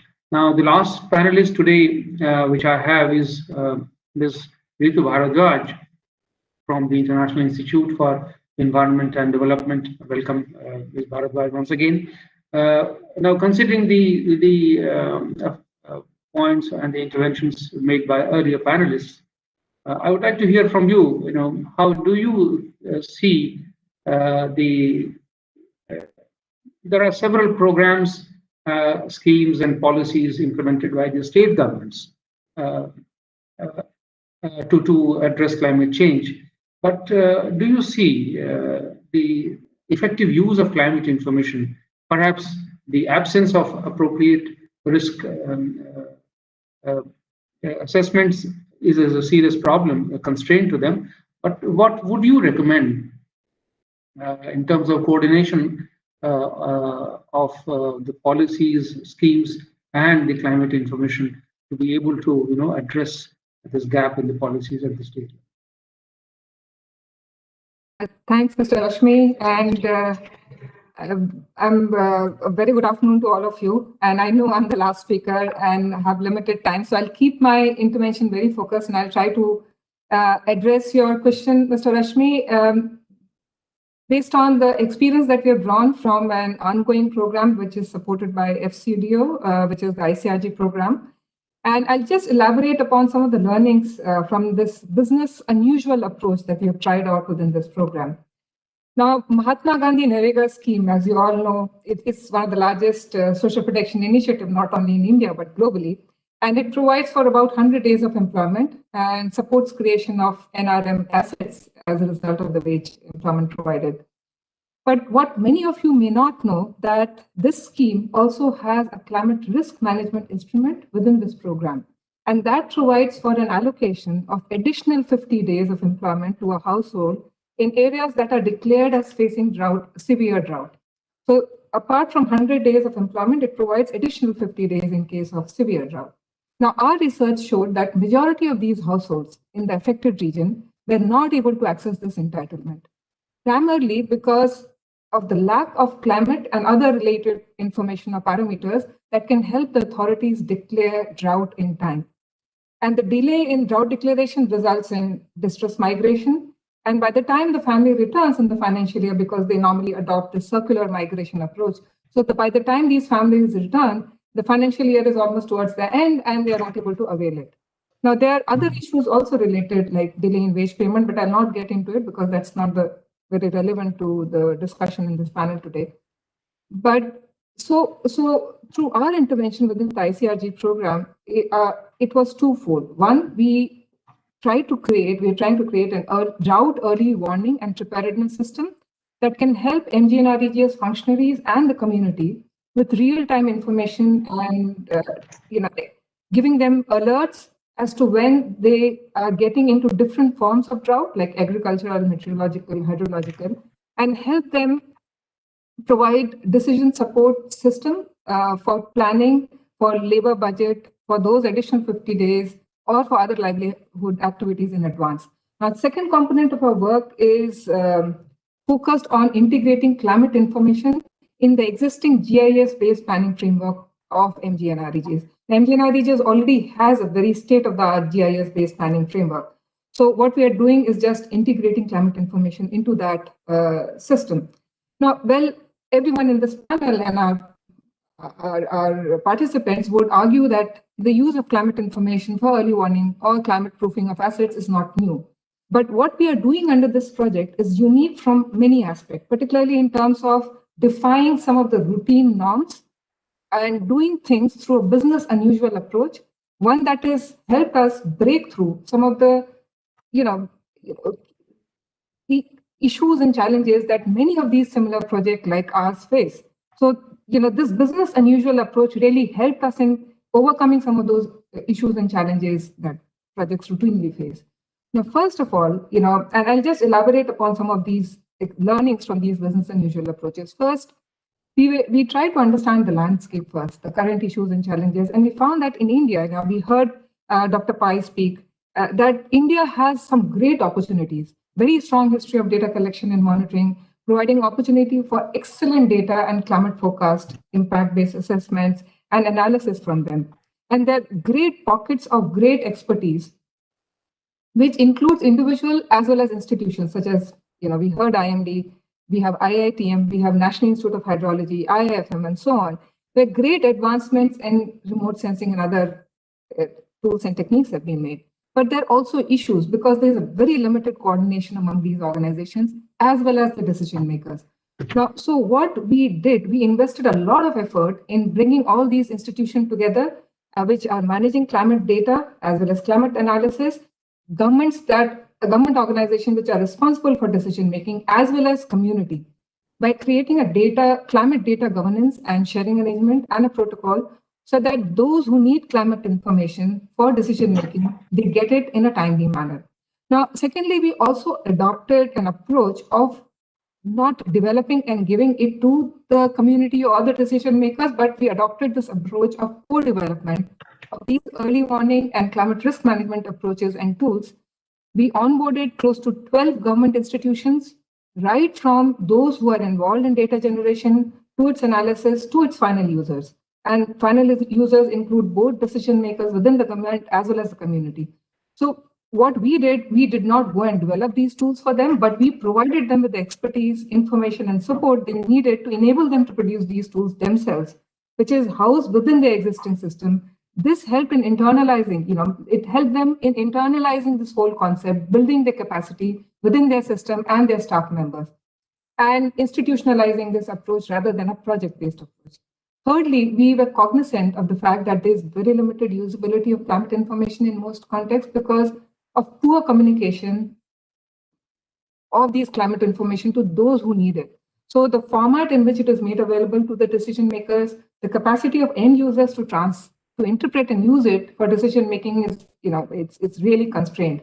So what we did, we invested a lot of effort in bringing all these targeted stakeholders on board, try to understand their needs, and then help them in developing a decision support tool to facilitate both early preparedness as well as planning for better coping and recovery mechanism through labor budgeting, through better planning of livelihood activities, and so on. Fourthly, I know time is limited, so moving beyond the narrow focus of climate proofing of assets to a longer-term climate risk management approaches. So, which builds upon the investments that are already made under MGNREGs and taking it beyond that, for example, climate resilient agriculture, climate resilient livelihoods, climate resilient livestock development, and so on. And lastly, we tried to build on climate information because we heard a lot of panelists say about climate impact risk-based assessment. So, what we did, we used this top-down model of climate risk impact-based assessment and combined it with a bottom-up approach of participatory vulnerability assessment. So our approach included both top-down as well as a bottom-up, where this bottom-up participatory vulnerability assessment was being captured through a mobile app, digitized, and then integrated into the existing GIS planning framework. So that, in a nutshell, is, I just try to bring forward some of the best practices. I was really enthused when I heard Ben talk about the REAP partnership. And I'm happy that many of our actions and initiatives and some of our learnings resonate very well with what they plan to do. And hopefully we'll be able to take this initiative of ours to impact a greater community of practices. Thank you. Thank you, Mr. Bharadwaj. Thank you very much for giving us really impressive introduction to the kind of that you have done. And this was enlightening. Your experiences are really a pointer to the kind of work that we need to do in the future. It's really a pity that despite the fact that we have science-based tools available for assessing the risks, unfortunately the ground level agencies are not able to use them. And the Manrega, the lack of information with the district level authorities is really something which we need to understand and talk about. Terry has a climate atlas. Saurabh talked about the early warning system for flood management at the city of Guwahati. Mr. Daron talked about the impact-based forecasting model which he is developing for in collaboration with IMD. So a number of tools and are available to us. And the need of the hour is, as you say, the climate information management. In the long term, we need to be able to share this data with the users and the people who actually need it at the ground. So thank you very much for pointing it out. So with this, we have come to the end of our session. Looks like we have almost exhausted the time that was allotted to us. And I don't see any specific question in the chat box here. If time permitted, I would have loved to go back to the panelists to ask some more pointed questions, but I think time may not permit us that. But let me thank all the panelists deeply for extremely rich, enriching, and a session which has enlightened us and given us perhaps a roadmap for the future. And based on the discussions which we have had today, it's quite clear that the science-based tools definitely have a very important role to perform and in develop our early responses. Now, the kind of problems which the communities and the industry and other stakeholders in the society face are different. In some cases, the problems may be of purely of drought management, improving the productivity of the crops. In some cases, it may be water, shortage of water, or preservation of wetlands. In some cases, it may be just a restoration of land. So there are different kinds of issues, but all these issues can be addressed if we have proper science-based tools for assessing the risks in those areas, and they are available. Our agencies are doing extremely commendable work, as all of you have pointed out. The task before us now is to develop a long-term management system for sharing this information and using it and communicating it to the affected people and the decision makers in a manner that they can use it best and develop early responses. Thank you once again to each one of the panelists, and over to you, Annapurna, for closing the session. Thank you. I hope everyone can hear me. Yeah. Thank you very much, Mr. R.R. Rashmi, and may I request all the panelists, thank you very much. May I also say a big thank you to all of you, and also request you to stay on for the concluding remarks that we are going to hear from Ms. Anna French, who is the Deputy Development Director of the British High Commission. Ms. Anna French, and before I hand over the floor to her, I need to say that Terry has been extremely happy and delighted to have partnered with the British High Commission for this series, and we do have an abundance of knowledge that we have put together, which will come out as the as part of the summaries. Over to you, Ms. Anna French, for the concluding remarks of the day.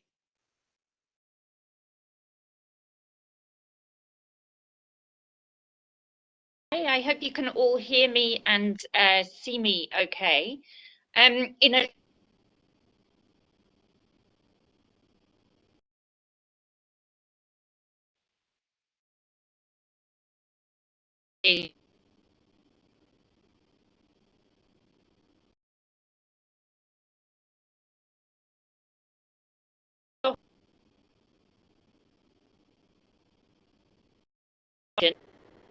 okay.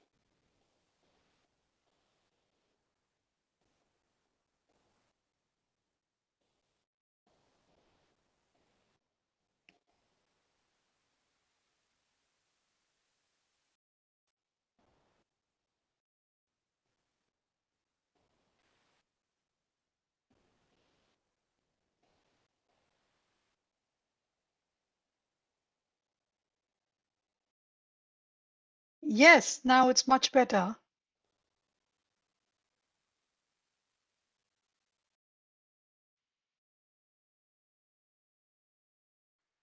We can hear you.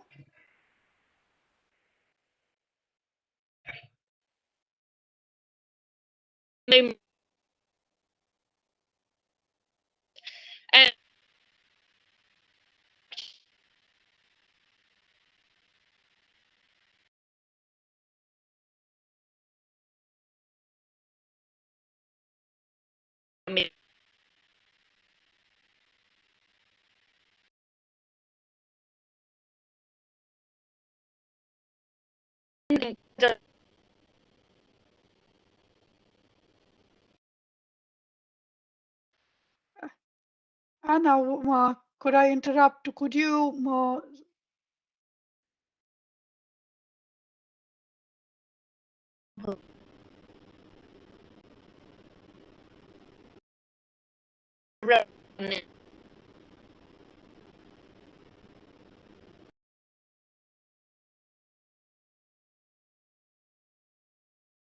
and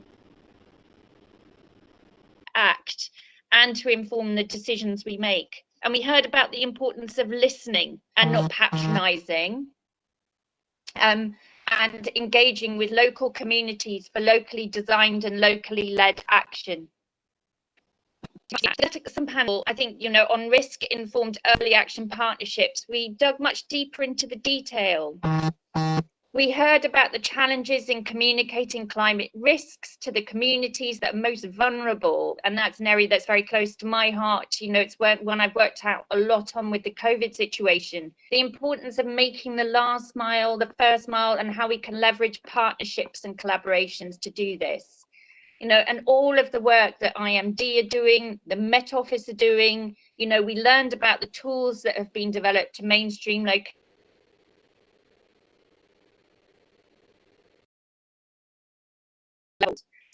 and shows the nature of our partnership. But it's been a fantastic series, and I just wanted to thank Terry for all the work that they have done.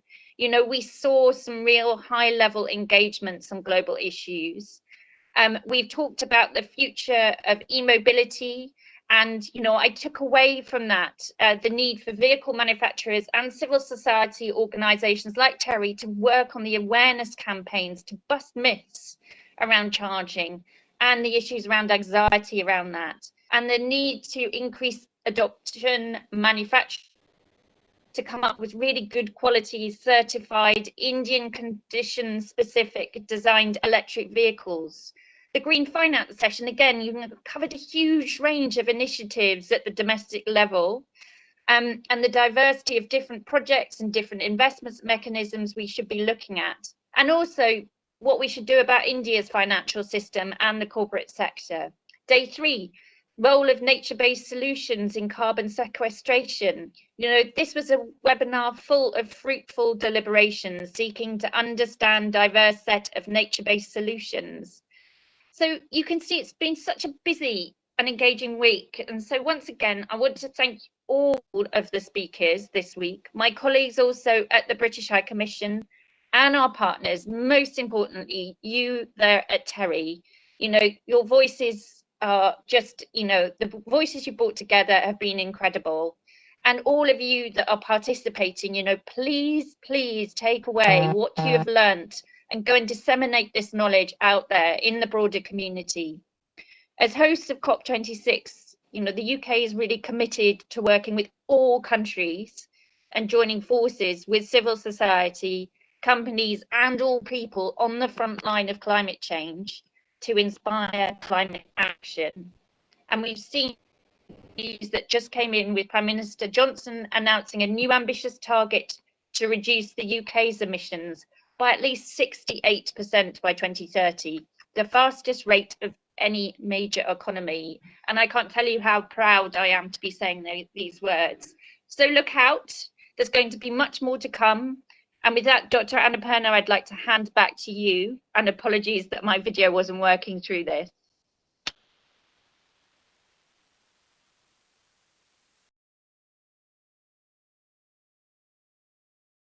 So delighted to have had this partnership and this enriching discussion that's happened over the last 4 days is incredible. And I hope that all of you will join us at the World Sustainable Development Summit, where we would get a chance to once again look at the prime themes of COP26. These 4 days, we did not cover energy, but energy will be covered in a big way during our World Sustainable Development Summit, which I would like to reiterate. It's 10th to the 12th February, and look forward to seeing you again in Delhi. Inshallah, if we can have it if we can have all of you there in person, but I doubt it. It would still be virtual, but we still will get together in February. Thank you. Thank you, British High Commission, again for all your help and support. Thank you.